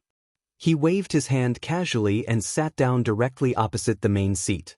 At the grand military parade, the most elite troops shouted, "Invincible," with fanatical expressions. One after another, the invincible realm experts who were powerful in the dark world bent down in embarrassment. He appeared in one picture after another. The solemn meeting, the warm banquet, and the fierce battle. The prosperous, the barren, the mountains, the rivers, the lakes, the seas, and the bustling cities in the human world. He walked over naturally, and everything was under his feet. The sword energy flowing with colorful light shone the night sky. After the sword light, the world was vast. There was heavy snow in front of the Pope. The wind and snow were messy, and countless drops of blood fell. Tens of thousands of images erupted at the same time, almost shattering all of his consciousness. The colorful sword light whistled in the wind and snow. The murderous weapon opened fire at all costs. The bright sword light pierced forward with an incomparably decisive killing intent. In the bustling city, at the highest place, a beauty in a red dress lightly jumped down. The sword intent, which seemed to be infinite reincarnation and also seemed to be exploding to the limit, filled the sky, and the colorful sword light was burning. If this chapter is not finished, please turn the page. Facing everything, he advanced courageously in the sky full of starlight. The black waves swept up to the sky, and the huge stone engraved with glory shattered. The figure fell powerlessly into the deep sea, and the perfect figure fell from the sky. Flowers withered, trees were crushed, and the water was turbid. On the other side of the barren mountain where all the palaces had collapsed, a warm hand held a boy's hand as they walked through the wind and snow. His figure was elegant, but his voice was a little lonely. "Grandpa Lin, I want revenge." "What hatred?" "From today onwards, it was all over. They've repaid what they owed you." Ah. The Pope suddenly hugged his head with both hands and roared. 2 lines of blood shot out from his eyes. His face was twisted and pale. Countless images continued to appear in his consciousness. Thousands, tens of thousands, hundreds of thousands, and millions of them. The cherry blossoms of North Island, Tribulation, and Angel, who were still young, appeared in his consciousness. Countless people's lives and endings flooded into his mind like a tide, and finally turned into a flame, burning his will, faith, and even soul. The vitality in Angel's eyes was getting fainter and fainter. The Pope struggled to raise his hand. In front of Angel, Arcis held a slender samurai sword and directly pierced Angel's chest. All of Angel's vitality began to break under this sword. There was no future anymore. This was real despair. She closed her eyes, and all her will began to burn like never before, as if she was going to destroy everything. A mouthful of blood sprayed directly from the Pope's mouth. His aura quickly weakened, and even his raised palm began to tremble violently. He gasped hard, and his voice was rapid and hoarse. "Purify, purify this heretic." The wind and rain were like knives. Outside the church, it was completely a hell-like charaba. Tribulation's figure moved straight forward in the air. One shadow after another began to condense around him. He was walking, and so was the shadow. The extremely cold and cruel killing intent was surging and boiling like a raging tide. Countless people in the Saint Warriors stepped on the air and flew up. Tribulation was moving. The shadow was also moving. The shadow, which perfectly replicated all of Tribulation's movements, was a machine specially designed for killing and survival. The strong wind and heavy rain rotated around the shadow, as cold as a blade. The raging fire went out. The thunder disappeared. The thick ice wall turned into powder in an instant. Blood flowed down. The broken bodies and pieces of flesh kept splashing. Tribulation's face was expressionless. It seemed that he had never been like this in his life. He moved forward seriously, killed, and was so focused. "Everyone, this chapter is not over. Please turn the page." In front of him, they were both non-entities and opponents. Ice-condensing realm, fire-flaming realm, thunder-shocking realm, peak of thunder-shocking realm, and even half-step invincible realm. Tribulation went all out to deal with every opponent. One blow. Only one blow. No matter who stood in front of him, he was turned into flying pieces. Flesh and blood. It was calm, but it moved forward with indomitable will. More and more Saint Warriors gathered, but fewer and fewer of them attacked. The Saint Warriors began to retreat. And Melad's figure finally walked over from the corner of the church with difficulty. Before today, Melad had never thought that he would be afraid of anyone. As an expert who was infinitely close to the peak of the invincible realm, he would not be afraid of any battle under any circumstances. After all, even if he was not an opponent, he could leave the battlefield calmly. But at this moment, in the face of tribulation, Although he did not want to admit it, he had to face the fear in his heart. This fear was so strong that every step he took was incomparably difficult. This was the opponent that Mellad was most unwilling to face. Such a tribulation. In front of him, this was not a battle at all. It was a gamble with his life. His Majesty asked him to hold the other party back. But he couldn't hold him back at all. No one could stop tribulation in this state. Such a battle was really a moment of life and death. Bang! There seemed to be something breaking in the church in front of him. An incomparably weak but extremely sharp voice rang out. It was Angel's voice. "You will all be buried with me." In midair, Tribulation suddenly raised his head. The shadows around him raised their heads at the same time. The wind and rain paused slightly in the air. The sharpness that was enough to tear the night sky suddenly burst out. Tribulation reached out his hand, and the shadows around him made their moves at the same time.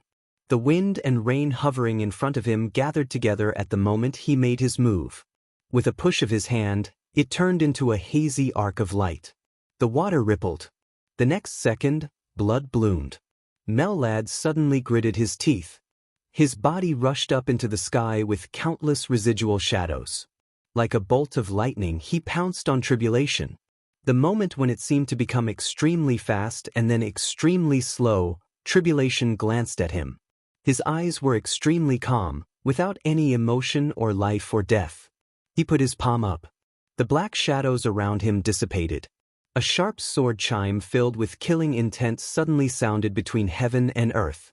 With the vast heaven and earth as the sheath. With the wind and rain all over the sky as the sword. Without dodging, Tribulation stared at Mellad.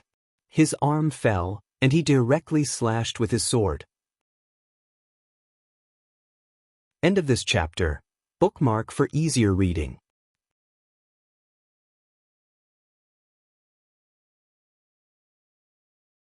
Chapter 576. There was no feeling that could describe this sword. Tribulation raised his arm, and wind and rain gathered silently. A sword with water light was unsheathed between heaven and earth. Before the sword intent was released, a fierce murderous aura had already rushed toward him. The sword formed by raindrops burst out with an incomparably bright light in an instant. The sword light leaped out of Tribulation's hand. Without a sound or presence. All the space in front of Tribulation was completely distorted, and then it was torn apart by this sword. The silent void spread straight with the sword light, moving forward. Countless afterimages completely merged with Mellad's real body. The darkness swallowed him up, and the sword light followed. His figure was swallowed up by the void, and all his punches in the air were smashed into the void. The soundless punch suddenly roared in the silent nothingness. Mellad's eyes were focused and solemn. His body kept shaking in the void, and the shadow of his fists with endless power instantly covered every inch of the darkness. A light shone in the silent and dark void. A hazy and cold clear light spread out crazily with his continuous punches, like stars. Starlight appeared in the silent void. The starlight shone, mysterious and vast. Charge. Without the slightest hesitation, Mellad's figure directly began to charge at full speed. It was as if endless starlight had filled the night in an instant. The dark void was torn into pieces. The distance between the two sides suddenly narrowed. The sword light, which was composed of water light, was not fast, but it could not be avoided at all. It flew over and collided with a hazy group of stars. Mellad's body suddenly stiffened in the air, and his expression became a little strange. Tribulation continued to move forward without stopping. 1 step, 2 steps, 3 steps. The sound of the rain was silent. The sound of the wind suddenly became chaotic. In the night, as far as the eye could see, the air began to fluctuate wildly like a tide, and ripples appeared in the void and transparent space. The incomparably small sword with water light quietly entered the starry sky around Mellad. That was the starting point of all the fluctuations. The hazy starlight began to extinguish as the rain swords advanced. The stars shattered and fell under the sword light. The small swords filled with water began to disintegrate in the starlight domain around Mellad. The water droplets fell into nothingness, but they created a mighty sound wave. In the domain where the starlight had been extinguished, a raging tide rose up. The surroundings were silent. All the wind and rain in the world instantly formed a line and pierced straight into Melad's domain. The sword light, which was like water ripples, kept flying and diffusing, replacing the starry sky domain around Melad little by little. The continuous wind and rain were like a torrent, drowning everything in an instant. The sword light connected by the rain was still condensing. The completely dim starry sky domain directly exploded. With a loud bang, all the buildings in the church collapsed. Smoke and dust filled the air in the wind and rain. Blood spurted out, and Melad's figure shook violently.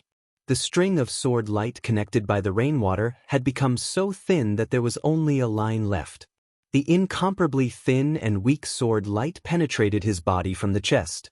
Melad's entire body was blown away by the sharp and heavy force.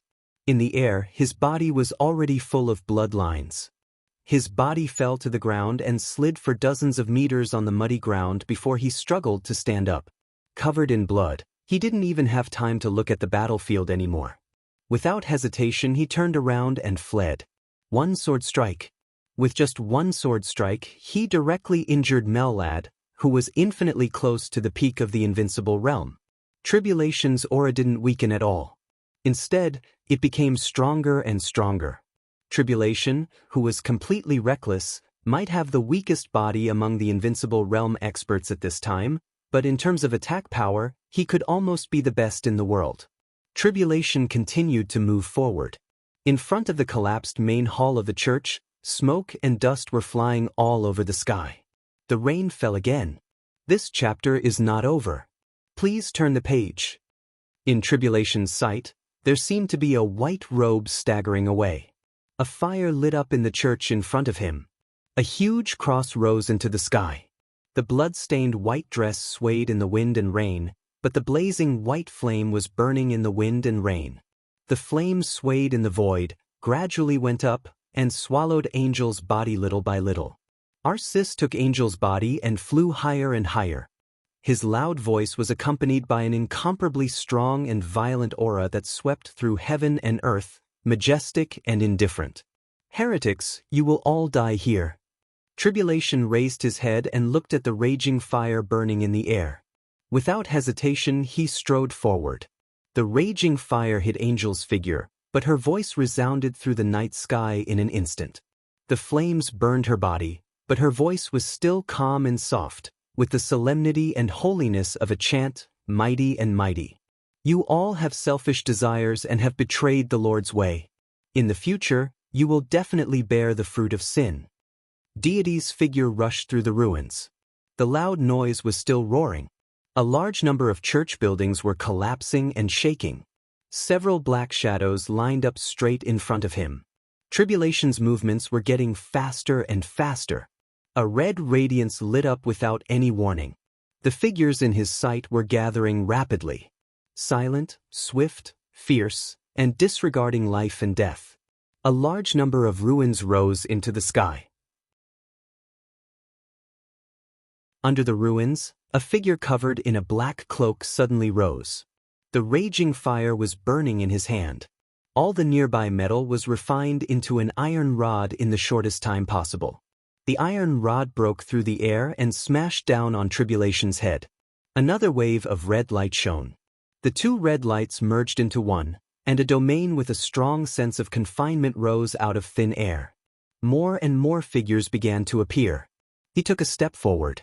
At this moment, Tribulation's movements had been extremely simple. The iron rod that shook the space was directly held by him with one hand. The metal began to melt and turn into molten iron. Before the molten iron fell to the ground, the storm-like attacks had directly fallen on the other party. The other party had no weapon in his hand, but there was no hesitation or defense in his every move. Tribulation was attacking. The other party was also attacking. The Lord is merciful, but he can't forgive your sins, because you have lost your way. The crazy attacks broke out to the limit in an instant. Tribulation didn't stop at all and kept moving forward. But the violent attacks didn't tear the other party's body. When the attacks hit the other party's body, there was a fierce sound of metal colliding. Flesh and blood splashed out. His body was deformed, like a piece of flesh and blood supported by a large amount of metal, extremely ferocious and ferocious. Charge! Charge! Charge! Tribulation's front, back, left, and right constantly rushed up without any disguise. Everyone's body was constantly changing. You should pray and get inner peace. Even if the Lord is not listening, you can refuse the temptation of the devil. Bang! A loud roar suddenly sounded. Tribulation slowed down. The sharp aura on his body instantly became extremely heavy, as if it was in harmony with heaven and earth. Several black shadows merged with his real body. Tribulation's momentum continued to soar. In front of him, the skeleton that had been transformed by metal was getting taller and taller. Tribulation took a step and waved his fist. The space was completely broken in an instant. The fire lit up. The huge metal skeleton was completely shattered in one punch. The explosion with strong destructive power swallowed Tribulation's figure. The roar almost shook the whole city. There was a rapid and strong heartbeat in the aftermath of the explosion. Please turn the page if this chapter is not over. The thin and short black figure with a silver mask was like death walking out of the fire. The killing intent that seemed to be real rushed out with a strong sense of death. Another punch. The explosion sounded without any suspense. In the huge explosion, Tribulation's body shook. Tiny metal fragments had penetrated his body. Blood kept flowing, but Tribulation's momentum did not decline at all. His aura was still rising, as if it would never end. You stare at hell, and hell stares at you. The domain with red light began to shrink slowly. In the domain, the figure kept changing, becoming taller and taller. The figure became more and more ferocious and approached without hesitation. There was finally a flash of mockery in Tribulation's eyes. A super soldier of this level, with this degree of transformation, this degree of defense and attack, was qualified to cause some trouble to an invincible realm expert alone, not to mention in a group. There were super troops that had been transformed by themselves all over the world, but few could reach this level. This was almost the limit of the current scientific transformation of the human body, and it was also the strongest level. The strongest level could only come from the strongest country. Crack! The sound of bones breaking rang out. In his sight, the elbows of the remaining black-robed soldiers suddenly bent backward to the limit. The black muzzles stuck out from their elbows, and their bodies gradually burned with flames. Violent gunshots rang out.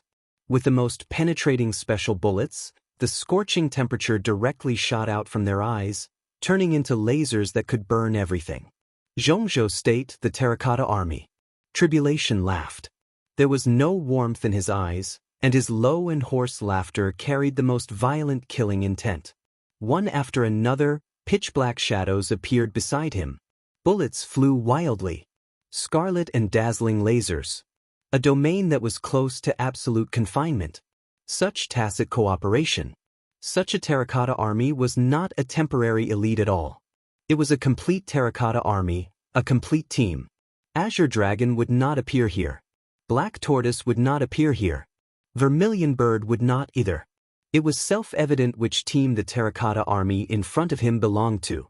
Those who blaspheme will not be forgiven, nor will they live forever, nor will they enter the divine kingdom. Tribulation's hands began to make mudra. Beside him, shadows began to form hand seals one after another. The straight lasers instantly broke into countless pieces and flew everywhere. The bullets in the air exploded in the air, and cracks appeared in the red domain. The large ruins under his feet began to tremble, and the fierce wind rose. With Tribulation as the center, heaven and earth within a radius of tens of meters became completely chaotic in an instant. All-embracing collection. Tribulation's palm made the last mudra. His body glowed. Angel's calm voice continued to ring, like the end. The Lord has sent a messenger. The sinner will fall to hell forever. The light burst out. The shadows around Tribulation were blown by the strong wind. The strong wind disappeared. An incomparably gentle stream of air blew past him. Tribulation's eyes were dead and empty. A whole group of terracotta army was still charging forward. As the wind blew, their bodies began to disappear, turning into the finest powder, swirling in the air. In front, the blazing white fire had completely swallowed Angel. Arsis stood high in the sky and looked down at him, his face full of rage. Tribulation glanced at him, stepped forward and whispered, "I'm here to pick you up." End of this chapter. Bookmark for easier reading.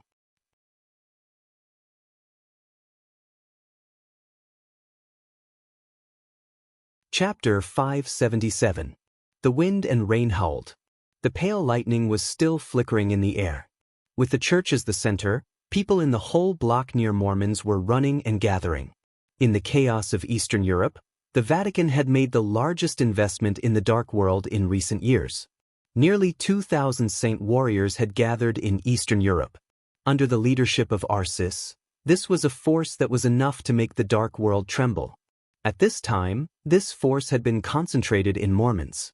In the mournful wind and rain, nearly 2,000 people charged in the direction of the church at the same time. The whole church had completely collapsed. The saint warriors stationed in the church suffered heavy casualties. Mellad fled with serious injuries. The terracotta army, which had appeared here under the impetus of countless conspiracies, was completely annihilated. The wind and rain were messy and erratic. Above the church, the blazing white flame burned and danced in the wind and rain. It seemed to be the most holy and pure color in the whole night sky. The flame completely wrapped Angel and was getting closer and closer. Her white dress began to deform slightly in the flame, straightened, and finally became hot. The hem of the dress began to burn. This time, Tribulation and Angel were no longer separated by tens of thousands of miles. They were no longer separated by a vast sea of mountains. There was no faith between them that prevented them from holding hands. What stood in front of them was no longer the world that had been cruelly cut off. Instead, there was only Arsis and this ball of fire. Crack! Tribulation moved straight forward. Dense sounds came out of his body, like the sound of bones breaking. He killed the Holy Disarmament Corps, seriously injured Mellad, and destroyed the terracotta army. At this time, his whole aura had become completely violent and had climbed to a peak that he had never reached in his life. The sound of bones vibrating became clearer and more intense. No one could see Tribulation's expression. Under the mask, his eyes gradually twisted and became dangerous and ferocious. "You deserve to die." His deep and hoarse voice sounded like the will of heaven and earth. "I told you you're all going to die here." Arisis's aura had been rising. The medicine that Mellad had given him had been fully exerted in his body at this time. The domain belonging to the peak of the invincible realm continued to gather around him, and finally turned into a miniature domain with a radius of only a few meters. The domain, which was condensed to the extreme, firmly imprisoned Angel's body in the air.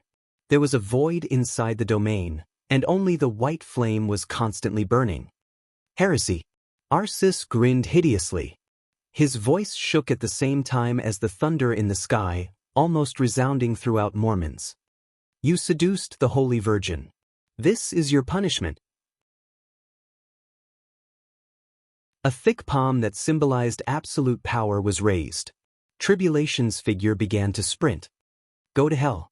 With a loud and vast voice, Arisis's palm began to fall. The distance was neither too far nor too short, and it was almost a straight line. In an instant, the domain around Arsis began to shatter. A black shadow appeared beside Angel. Tribulation was sprinting, and so was the black shadow. The black shadow cut directly into the white flame beside Angel and opened his hands. Tribulation took a step forward. It would only take 1 second, no, only half a second for his real body to swap places with the shadow and appear next to Angel. Half a second. Time passed so quickly, and the distance was so short. Buzz. An ear-piercing sound wave suddenly swept across the void. To ordinary people, this sharp sound would only be a fleeting sound. However, in the ears of experts who were absolutely focused in battle, it was a sharp sound. If this chapter is not finished, please turn the page. It was like a steel needle piercing directly into the ear. The domain around Arsis was completely shattered by Tribulation's sudden advance. But before Tribulation had time to change his position, a new domain had appeared beside him again. This was not a man-made domain, but the power of science and technology. Strictly speaking, it was a magnetic field. The huge magnetic field enveloped Tribulation without warning, because the extremely strange suction came from all directions and acted on Tribulation's body in an instant. Tribulation, whose attack power was the best in the world but whose body was already extremely fragile, suddenly deformed in the huge suction. Countless bones were dislocated in his body, and blood flowed from every part of his body. There was no time to react. As soon as the magnetic field appeared, Tribulation was seriously injured. In a very short period of time, all that was left in front of Tribulation was the silver disc that suddenly appeared in front of him and was spinning wildly. The silver disc was extremely three-dimensional, less than 1 meter long. As it rotated at an extremely high speed, all the wind and rain around it were repelled by it. The pure magnetic field completely acted on Tribulation's body, making his footsteps that were about to step out completely stiff. Anyone who had a certain status in the dark world or knew Zhongzhou State very well would not be unfamiliar with the disc in front of them. This was a luxury that the whole dark world dreamed of, and its status was even second only to murderous weapons. This was the combination of cutting-edge materials and cutting-edge technology. The so-called disc had a name that was famous in the dark world. Four Spirits Armor of Zhongzhou State, White Tiger Armor. It was different from the silent concealment and camouflage of the Azure Dragon Armor.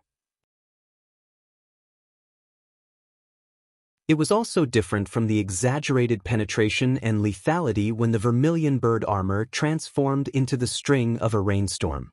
The White Tiger Armor was also a piece of clothing, but this disc was its real fighting posture. Its greatest function was the magnetic field in front of it, which was absolute confinement and suppression. The White Tiger Armor imitated the domain of the Invincible Realm. For any expert below the Invincible Realm, it was a nightmare. Tribulation's current combat capability was at the peak of the Invincible Realm, but his body was not even as good as an ordinary half-step Invincible Realm expert. His extremely fragile body directly suffered unprecedented damage in the magnetic field that suddenly appeared. General Shang of 9 Serenities in Zhongzhou State. 2 disciples. His Majesty, who had been hiding in the dark, finally showed his fangs again. Compared to Mellat, the magnetic field of the White Tiger Armor was the most fatal killing move for Tribulation in this state. The magnetic field couldn't kill Tribulation, but it slowed down Tribulation's body for a moment. Everything in the world often had 2 results in an instant. Tribulation didn't change his position with the Black Shadow. His body suddenly fell down in a violent and dense crisp sound. Arisis's palm fell on Angel's head. Absolute power, a full blow. Get out. Ah. No. Under the wind and rain, a wail like that of a wild beast that had completely lost its mind suddenly sounded. The majestic and fierce voice of General Abysmal kept ringing for a moment. Situ Wanjia, do you know that Zhongzhou State has? Get out. Tribulation's falling body suddenly stopped. Thick darkness spread out. In an instant, there were black shadows everywhere under the night sky. Countless black shadows filled the magnetic field, and the huge darkness suddenly covered the disc. Bang! The incomparably strong White Tiger Armor suddenly shattered. General Abysmal's old and stunned face appeared for a moment. Tribulation's body rushed over. Shang's figure suddenly disappeared on the spot. Countless blood, pieces of flesh, broken bones, hair, and brains fell from the sky. The darkness was whistling. Blazing white fire. This chapter is not over.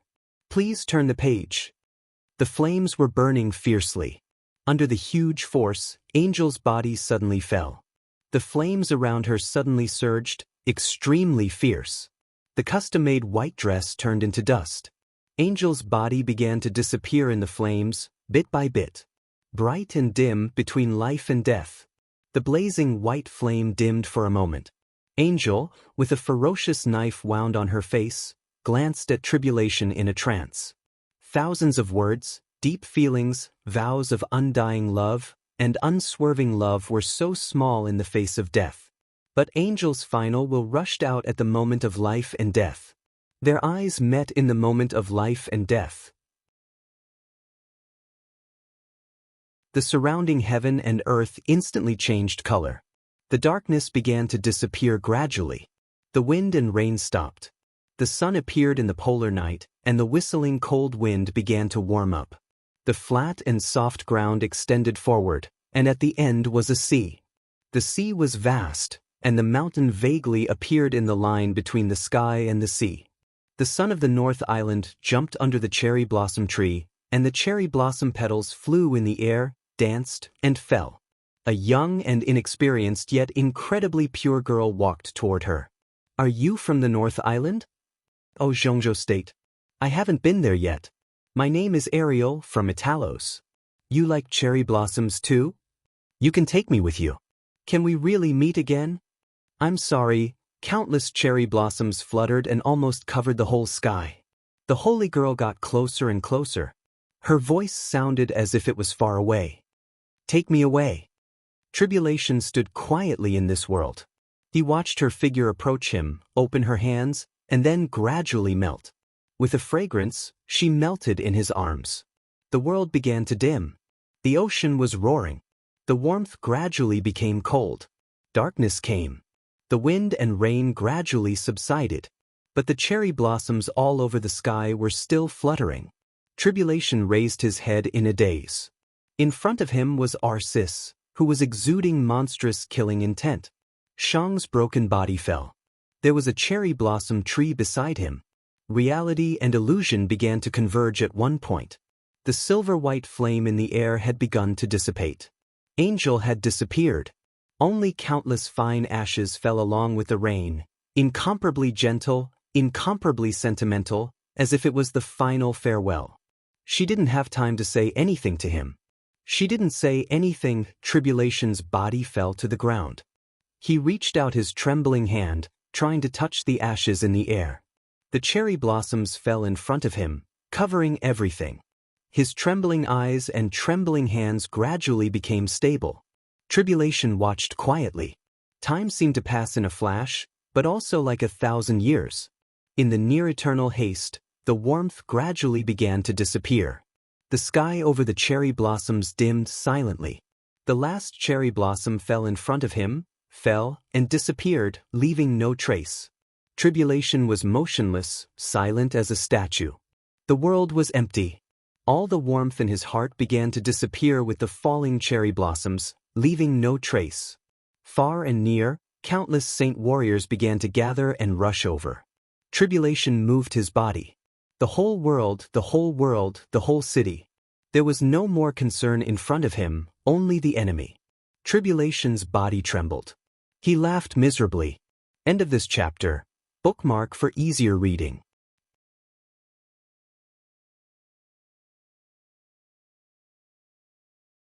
Chapter 578. He laughed bitterly without making a sound. Tribulation raised his head. The cold mask covered his face, suppressing all his emotions and holding them in his heart. A faint wetness flowed down the mask. It was extremely cold with the last hesitation and timidity. The thunder in the sky gradually faded away. The heavy rain that had covered Eastern Europe for several days and nights finally stopped. The world was silent. A depressing and strange atmosphere began to ferment and spread rapidly. Tribulation stood there, as if he had no consciousness.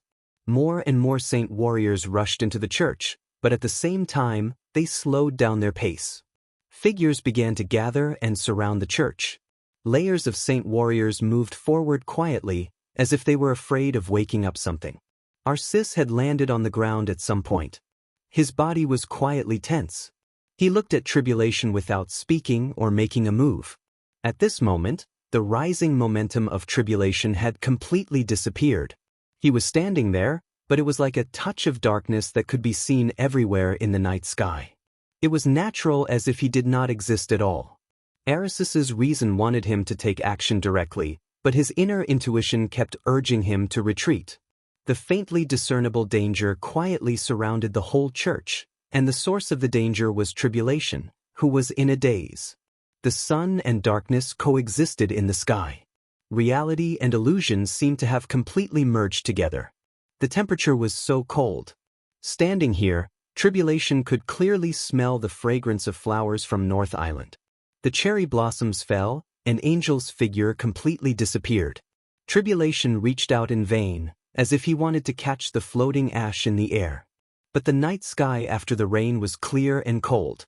The world seemed transparent and so fragile that it made people desperate. There was nothing left. After all, there was nothing left.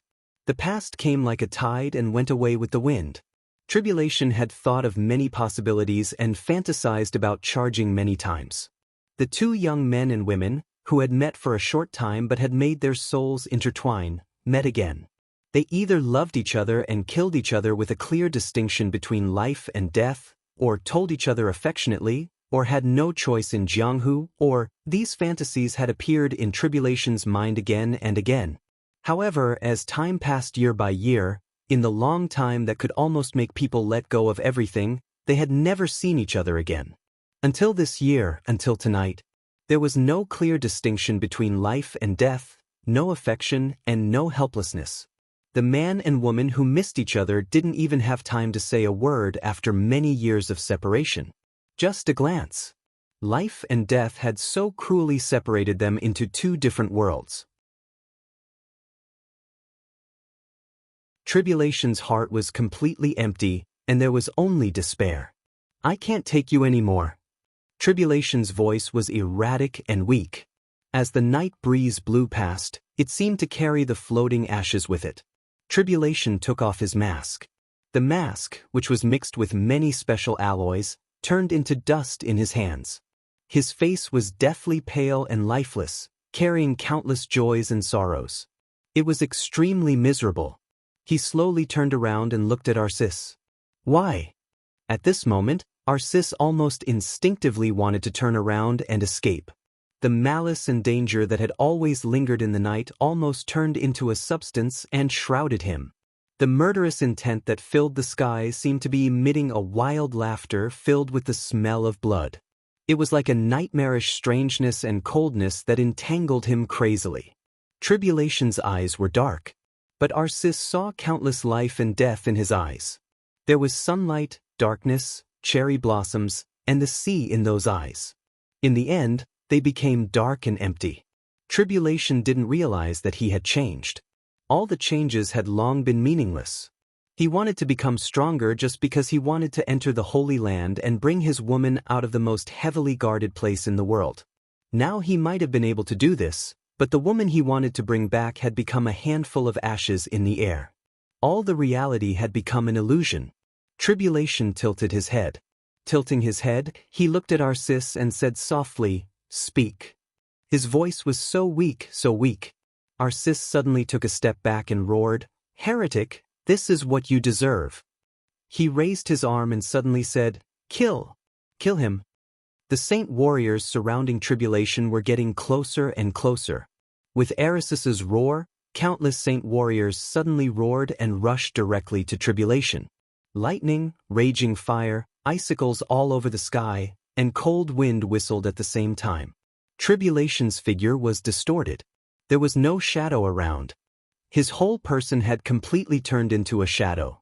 Tribulation's arms, legs, and head were all twisting, becoming invisible and intangible. The extremely dense darkness roared with death. There was a bloody light in the darkness. All the raging fire and lightning disappeared completely in an instant. Amidst the extreme silence, death sneered as it covered life. Blood fell like heavy rain. Pieces of flesh and blood flew high into the sky. There was only flesh and blood. The darkness roared for only a moment, but the flesh and broken bones that had been cut off had already fallen in the air. The large pieces of flesh and blood were so dense that people couldn't even tell which part it was. The black shadow passed through the dead crowd and appeared in front of Arcis. Then it came behind him. This black shadow appeared in Aracis's consciousness. The sharp pain had suddenly spread all over his body from his back. blood burst out behind him. An ordinary short knife had cut open his skin and torn a large piece of flesh and blood. Arsis opened his mouth, but before he could roar, his chest had already collapsed under the tremendous force. The roar turned into a spurt of blood, and the extremely blurred and distorted figure dragged his body and smashed it into the ruins on the ground. The whole ground shook with a loud bang, and countless smoke and dust rose. The black shadow kept changing. It didn't dodge but attacked all the way. Unimaginable power with absolute explosive force fell on Arsis at the same time. Countless saint warriors were still charging forward. At the moment of the loud noise, they subconsciously turned their heads. Before the sound in that direction had died away, Arsis had been hit in another direction. Arisis's mind was completely blank. At this moment, he finally confirmed that it was not because Tribulation's body had turned into a ghost and could completely twist. It was because it was fast. Tribulation was too fast. This kind of speed had completely exceeded the reaction speed of the human body in an instant. Arsis wanted to fight back, but countless attacks fell on him, and he couldn't realize what the other party was doing. Because he couldn't see clearly. Countless attacks broke out at the same time. Arisis's physical injuries continued to worsen, but he just couldn't see what Tribulation was doing. It wasn't until this moment that Arsis felt panic in his heart. Tribulation was an assassin. To some extent, Rothschild's martial arts were also inclined to this kind of speed and explosive assassin's way. As an old enemy, Arsis was completely an expert in dealing with this kind of opponent. He had fought with Paul of Rothschild, and Paul's combat capability was already at the peak of the invincible realm in King Tong's domain. But Paul in that state was completely inferior to the current Tribulation. He was far inferior. If it was a competition between the so-called top assassins, even if Paul stood in King Tong's domain, it would be difficult for him to hold on for 10 seconds in front of the current Tribulation. This was no longer the peak of the invincible realm. In the whole dark world, no one knew that after Wang Tianzong, it was not deity of the purgatory of heaven capital, Lin Fengting or Li Tianlan, who was most likely to become the chosen one, who had crossed the threshold of the peak of the invincible realm. It was Tribulation. Half step to the chosen one. The black shadow was howling fiercely. The darkness kept surging. Arisis's huge body was completely in Tribulation's belt. He kept moving. He didn't dodge. There was no way to dodge. He was being beaten, and he could only be beaten. Countless forces were surging and attacking his body. At this moment, the speed at which his body was sent flying by Tribulation had almost exceeded the speed at which he burst out with all his strength at his peak. The ruins of the whole church kept shaking. The solid statue, the collapsed hall, the thick pillars, the messy crowd, and the attacks were everywhere. Wherever the black shadow passed, anything that stood in front of him was directly smashed in an instant. Blood sprayed all the way. Arisis's consciousness finally made him let out a roar, but the roar was instantly drowned out. It became weak and miserable. The strongest domain of the invincible realm of the church seemed to appear for a moment, and then it was broken in an instant. The crowded crowd of saint warriors was affected by the one-sided battle and instantly turned into blood and minced meat all over the ground. Thick blood fell from the air, with a mass of blurred flesh and blood. One of Arisis's eyeballs was dug out by Tribulation and thrown to the ground. But when the scream rang out, Arisis's figure had already appeared in another direction. There was no mighty change in the sky and earth when the experts at the peak of the invincible realm fought. There was only an unimaginably fast speed and strength. No one knew if Arsis was fighting, and no one was even sure if he had fought back. The so-called domain, the so-called power, and the so-called number one in close combat in the world were completely crushed in front of the black shadow. Only blood kept flying out, and the screams were continuous. Countless saint warriors crowded uneasily, and finally stopped in the increasingly miserable and frightened screams. Everyone had a blank look on their faces. It seemed that no one had ever thought that Saint War Angel Arsis, who had supported the development of the Vatican for many years, would be treated like this one day. Fighting? This was a complete torture. Arsis finally gave up the intention of fighting back and began to run away with all his strength. He didn't even care about what was in front of him and behind him. He was running like a headless shadow. The black shadow had always been around him. Blood fell from the air. In the scream from high to weak, thick fingers with blood fell to the ground. Hair, eyeballs, teeth, and arms. One by one, the parts were thrown down from the air. The Saint warriors in the last row had begun to retreat quietly. Rip! There seemed to be the sound of rags being torn. Arisus's screams had become extremely hoarse. An extremely tall but bloody red figure fell to the ground. As soon as his figure fell to the ground, it began to bounce on the ground. The twisted black shadow gradually became clear. He seemed to be carrying a bag in his hand. All the Saint warriors took a step back at the same time. Everyone looked at Tribulation with endless fear in their eyes. The bloody figure fell at Tribulation's feet and kept twitching. No one could tell that it was the once arrogant Saint War Angel. In everyone's eyes, it was just a bloody monster. The real Saint War Angel was being held in Tribulation's hand. Countless drops of blood fell from his hand. It was a piece of human skin. The human skin that belonged to Arisus. Tribulation reached out his hand. The cold wind was like a knife, condensing in his palm. The cold and sharp blade fell on Arisus's body and began to cut off every inch of his flesh and blood little by little. Arisus's screams were extremely hoarse, but his body kept trembling under the severe pain.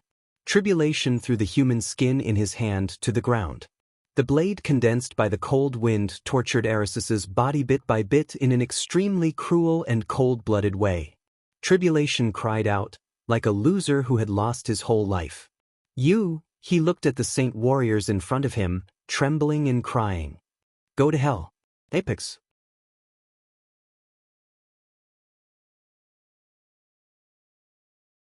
Chapter 579. The wind and rain that had ravaged Eastern Europe for several days finally stopped. Reki City looked more and more desolate. The night had not yet dissipated. In the dim night, the city without wind and rain was quiet. The cold came down without warning with the disappearance of the wind and rain. There was no spring and autumn in the far north. After the midsummer, above 0 degrees Celsius, it was winter. The banquet in the Manlisai Hotel continued. That night, dozens of wealthy families in Eastern Europe gathered here. Behind the huge transfer of interests represented the changes of the situation. This was an incomparably huge stage. Everyone was dancing on the stage, looking for their own position. But in Li Tianlan's eyes, the whole general trend seemed to be moving away from Reki City with the wind and rain, getting farther and farther away. There seemed to be an invisible force pushing the general trend away from Reki City, which meant that too many future banquets were no longer the core of Eastern Europe. The situation began to shift to a direction that no one could predict. The general trend changed. The invisible force kept pulling, and the general trend was constantly broken. It began to scatter toward the small city in the north near the polar region. The car approached the Manlisai Hotel. In a short time, Li Tianlan's heart had completely calmed down. Tribulation was not in the parade square, but went to Mormons. The news came from Situ Tsangyue, so Li Tianlan could not doubt it at all. It didn't matter why Tribulation went to Mormons and how Situ Tsangyue got the news. What mattered was that Tribulation had gone to that small city. Qin Weibai was also on the way to Mormons. In the plan of Samsara Palace, Mormons was the end of everything. Li Tianlan didn't know what would happen there, but since he had made a decision, all the anxiety and worry began to disappear from his heart. He drove, and there was only cold reason and calmness left in his heart. The car drove past the front door of the Manlisai Hotel. Li Tianlan took out his mobile phone and dialed Prime Minister Riker's number. His tone was low and flat. Arrange a private plane. The sooner, the better. I'm going to Mormons. There was silence on the phone. Riker, who obeyed Li Tianlan's words, did not say a word. His rapid breathing came from the phone with anger and embarrassment. Li Tianlan raised his eyebrows. Before he could speak, Riker's voice sounded. Your Highness, I'm at the defense building. You'd better come in person. Li Tianlan frowned and hung up the phone. Thinking of Riker's subtle tone, he suddenly pressed the button. Throttle. The National Defense Building of Wulan State stood in the center of Reki City. When Li Tianlan arrived, he immediately found that all the signal lights around the National Defense Building had begun to operate. The NEET army had begun to set up defenses around the building intentionally or unintentionally, and the solemn atmosphere was overwhelming. At the main entrance of the National Defense Building, Riker's secretary was waiting. When he saw Li Tianlan coming, he hurriedly saluted and immediately took him upstairs. The interior of the National Defense Building was completely brightly lit. All the staff seemed to have returned to their posts late at night. Everyone was busy. The generals walked past him with serious expressions and discussed the battle plan. The staff officers were in a hurry. More people ran to the elevator with documents in their arms. The tense atmosphere surrounded Li Tianlan clearly, like a dark cloud of war. Li Tianlan frowned, looked at the secretary leading the way in front of him and asked, "What's going on?" "This chapter is not over. Please turn the page." The secretary's face was pale. He said something vaguely. He was distracted and his words were in a mess. Li Tianlan vaguely heard words such as snow country, polar bear, war, and so on. Moreover, his Chinese was too stiff. Even with limited information, Li Tianlan found it extremely difficult to understand. The two quickly approached the elevator closest to the main entrance. Several staff officers saw Li Tianlan and gave way without hesitation. The elevator went all the way up and finally stopped outside the conference room on the 7th floor. Li Tianlan narrowed his eyes, walked out of the elevator, and directly pushed open the door of the conference room. The conference room was already crowded. Prime Minister Riker was standing at the front of the conference room, staring at the screen in front of him in silence. Several high-level officials of Wulan State, Tostel, the current patriarch of Rekvia, Qin Dongchao, the patriarch of the Qin clan, general of 9 heavens of Zhongzhou State, Li Wangxing, Lin Yuxian, and Dongqing Rushi, who was a little confused and weak, all gathered in the conference room. Seeing Li Tianlan come in, everyone stood up. Before Li Tianlan could speak, Riker, who had been staring at the screen, turned around and said in a hoarse voice, "Your Highness, the real war has come." Li Tianlan, who had been mentally prepared, walked to the main seat and sat down. He said calmly, "What's the specific situation?" Riker glanced at Tostel. Tostel nodded, got up, and said, "A few hours ago, Tyrant, the former leader of the Polar Ground Alliance, appeared in the palace of Snow Country. In less than an hour, Snow Country began to declare war on all the dark forces in Eastern Europe. Tyrant was appointed as the chief marshal of the military of Snow Country. The branches of the Arctic Army have wiped out 6 small and medium-sized dark forces in the process of mobilization. At the same time, Snow Country blocked all airspace. Now look at their movements, whether it is the Arctic Army or the Bear Army, their destination is Mormons." Mormons. It was Mormons again. It was Mormons. Li Tianlan's heart was pounding. He nodded expressionlessly and said, "Go on."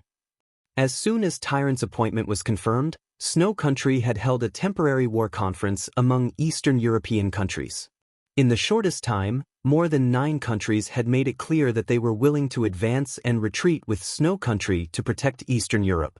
Li Tianlan suddenly sneered. Whose Eastern Europe is Eastern Europe? There were many countries in Eastern Europe, but in the capitalist world, everything belonged to capital, not people. And capital belonged to the wealthy families. Whose Eastern Europe was Eastern Europe? This is the root cause of the war. Qin Dongchao said slowly. He stood up, walked to the screen, and reached out to tap the screen. The map of Eastern Europe on the screen lit up, and the territories of each country appeared clearly in front of everyone. The map was completely red, as if the color of blood was flashing gently, with the smell of death. Your Highness, as you can see, now almost all of Eastern Europe is a battlefield. Many countries have stood in the camp of Snow Country and even attacked their own wealthy families. The wealthy families attending the banquet here tonight are the first targets of the camp of Snow Country. Now these wealthy families are fighting back with all their might, and countless small and medium-sized forces that have not yet withdrawn from Eastern Europe are involved. As we speak, The land of Eastern Europe, every country, and even every city is bleeding. Li Tianlan took a deep breath and stood up. This chapter is not over. Please turn the page. He was expressionless. Reki City will not stand in the camp of Snow Country. The 5 countries in Eastern Europe are still stable for the time being. As for the Qin clan, Bayou State can also stabilize the situation, but it can only stabilize the situation. 9 countries have expressed that they are in the camp of Snow Country. As for now, no one can say for sure if there will be more. But they have formed a military alliance in the fastest time and blocked the 5 countries in Eastern Europe. 40 minutes ago, 2 cruise planes of Wulan State were shot down over Kalin City. It is no exaggeration to say that now the planes of Wulan State and even the 5 countries in Eastern Europe can't fly out of the airspace of the 5 countries at all. Li Tianlan was silent for a while. He glanced around the conference room and suddenly asked, "The key point is in Mormons?" "Yes, I have contacted the intelligence system of the Lin clan and the Samsara Palace. Although there is no definite evidence, it is almost certain that Snow Country has had in-depth cooperation with the Vatican. Now that Tyrant has returned, once he leads the Polar Ground Army to cooperate with the Holy Disarmament Corps led by Arcis of the Vatican, they can take over the Polar Ground Alliance again in the shortest time and gather most of the forces of the Polar Ground Alliance. At that time, they will have an army and a master. In terms of top combat power, they will have Tyrant and Arcis. This kind of strong force is enough for them to destroy all the dark forces in Snow Country. Lin Youxian's tone was calm. Li Tianlan looked at the map in front of him with cold eyes. "Wipe out the interior of Snow Country and then march into Im?" he asked suddenly. Dongqing Rushi frowned slightly and wanted to say something but stopped on second thought. Li Wangxing had already said directly, if these 2 forces cooperate, the Arctic Ocean Command can't stop them. Li Tianlan nodded. As soon as Im was broken, all 5 countries in Eastern Europe would be exposed to the fangs of Snow Country and the Vatican. If Snow Country and the Vatican were allowed to enter the 5 countries in Eastern Europe, all the situations created by Zhongzhou State here would collapse. The signed agreements and huge profits would also turn into nothingness. Now all the wealthy families in Reki City would end up ruined. The influence of Zhongzhou State in Eastern Europe would completely disappear, and this land would be completely ruled by Snow Country. The most important thing was that this plan, which sounded crazy, was completely possible to succeed. After all, Snow Country was also one of the dominant countries in the world. As one of the most powerful superpowers in the world with the combination of elite troops, powerful armaments, a large number of masters and invincible realm experts, it was enough to overturn all situations. No one had expected that Snow Country, which had been extremely silent in the chaos of Eastern Europe, would suddenly launch a counterattack so fierce and abrupt. The good situation had become precarious under Snow Country's attack. "Snow Country, Mormons, the Vatican," Tianlan muttered to himself and suddenly said, "Prepare the car. Let's go to Mormons." With the airspace blocked, the only way to go to Mormons was to drive. The ground was full of battlefields at this time. Lin Youxian was stunned. Dongqing Rushi opened her mouth. Li Wangxing and he looked at each other. Everyone had helplessness and bitter smiles on their faces. It was easy to find a car. But now that the Snowdance Corps was imprisoned by Wang Tianzong, where could they find people? Everyone was looking at Li Tianlan. In the face of the final counterattack and malice of all of Eastern Europe, Li Tianlan looked extremely calm and said lightly, "When has Zhongzhou State ever been afraid?" End of this chapter. Bookmark for easier reading.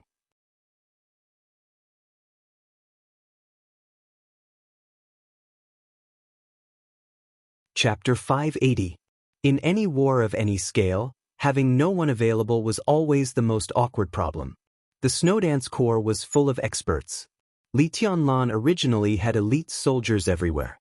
But when the entire Snowdance Corps was frozen by Wang Tianzong's sword, Li Tianlan's biggest trump card was suddenly abolished.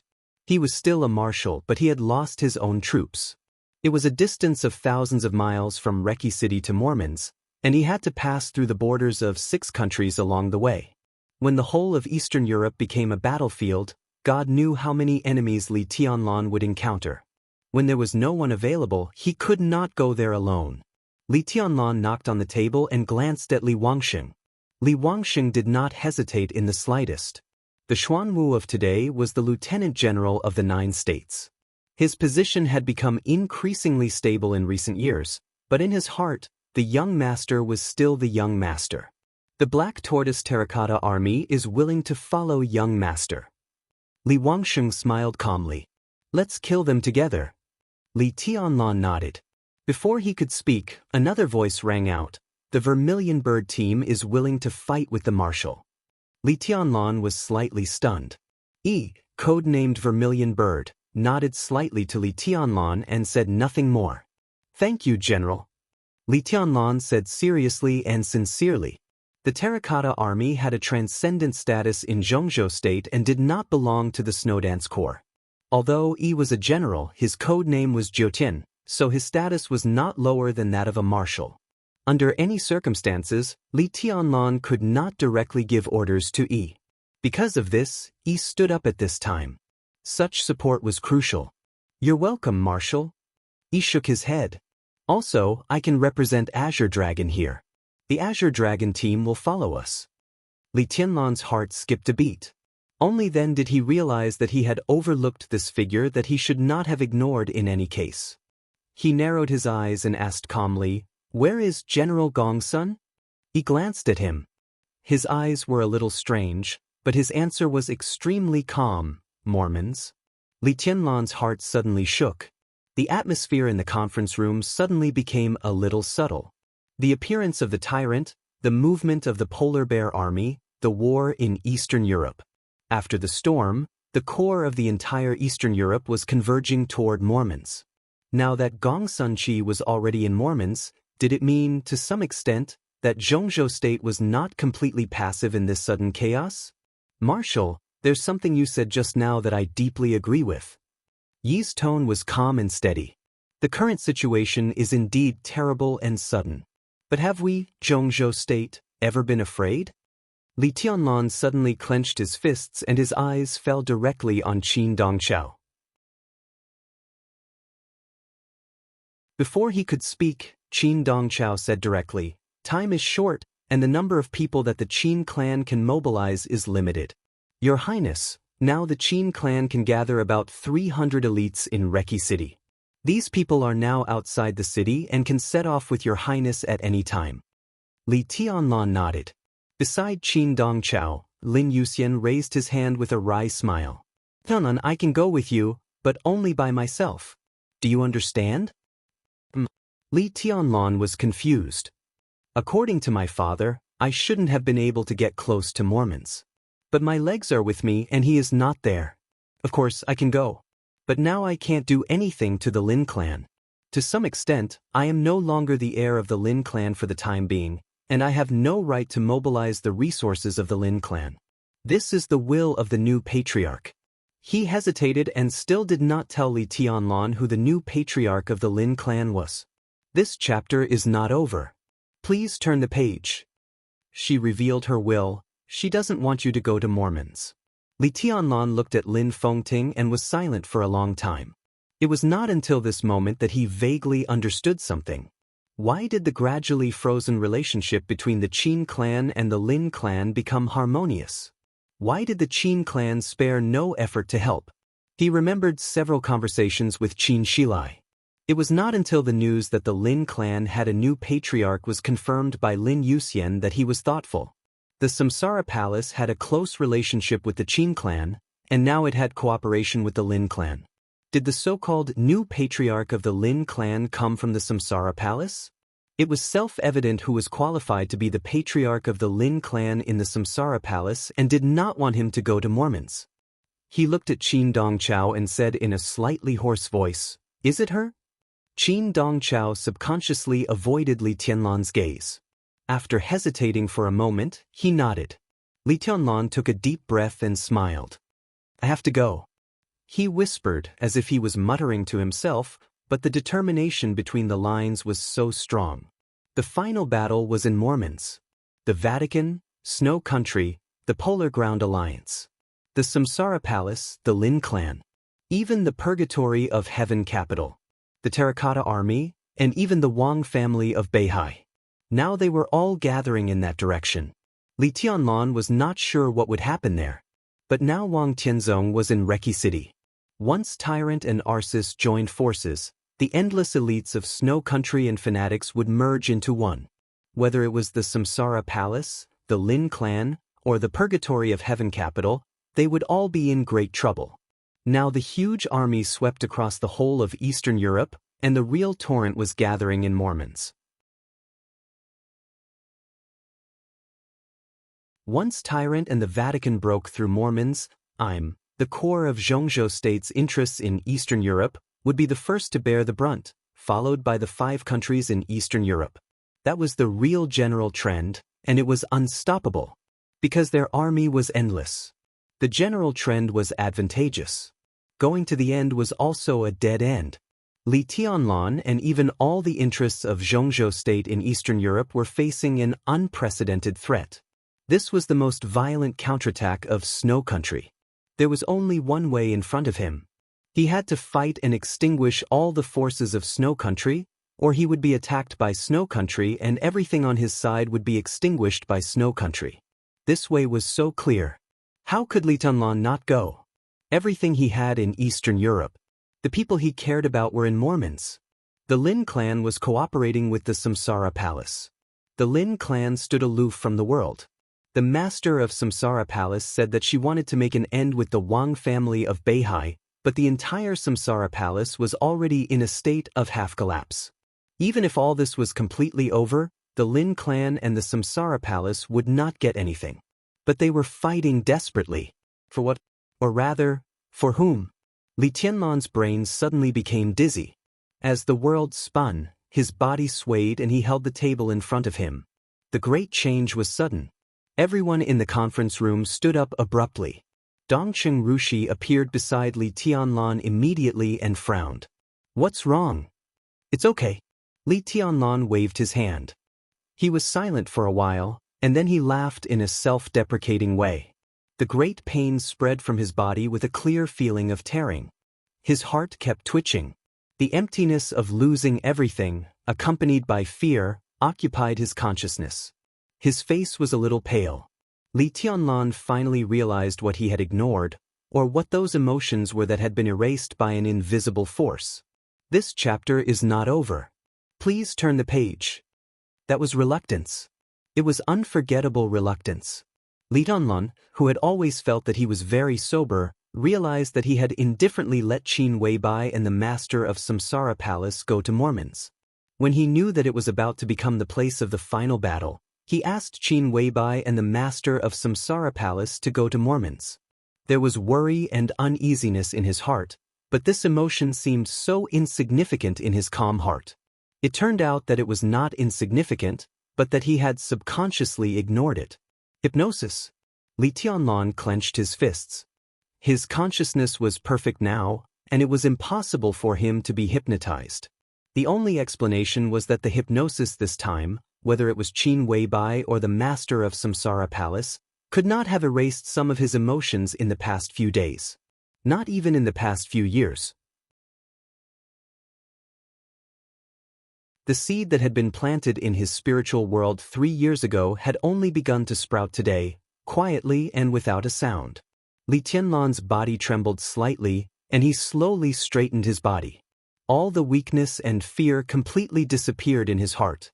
In an instant, the awe-inspiring sword intent began to surge in the conference room. Li Tianlan stood up and walked to the screen. The map of Eastern Europe was enlarged in front of him. He reached out and drew a line on the screen.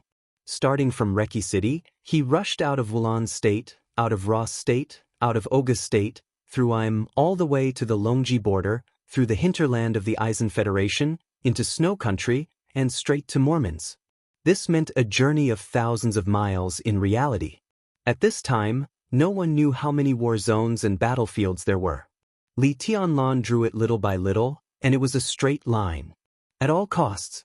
In the power and sword intent that filled the conference room, everyone felt crazy. "Your Highness, Snow Country is not to be trifled with." Rieker stood up and said seriously. Snow Country was not to be trifled with. This was an international consensus. The country with the largest territory in the world would rather have its own economic order close to collapse in order to maintain its extremely powerful military strength. To a certain extent, it could even be said to be a model of militarism.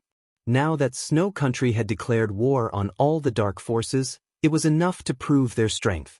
This was no longer a conflict in the dark world. This was a war.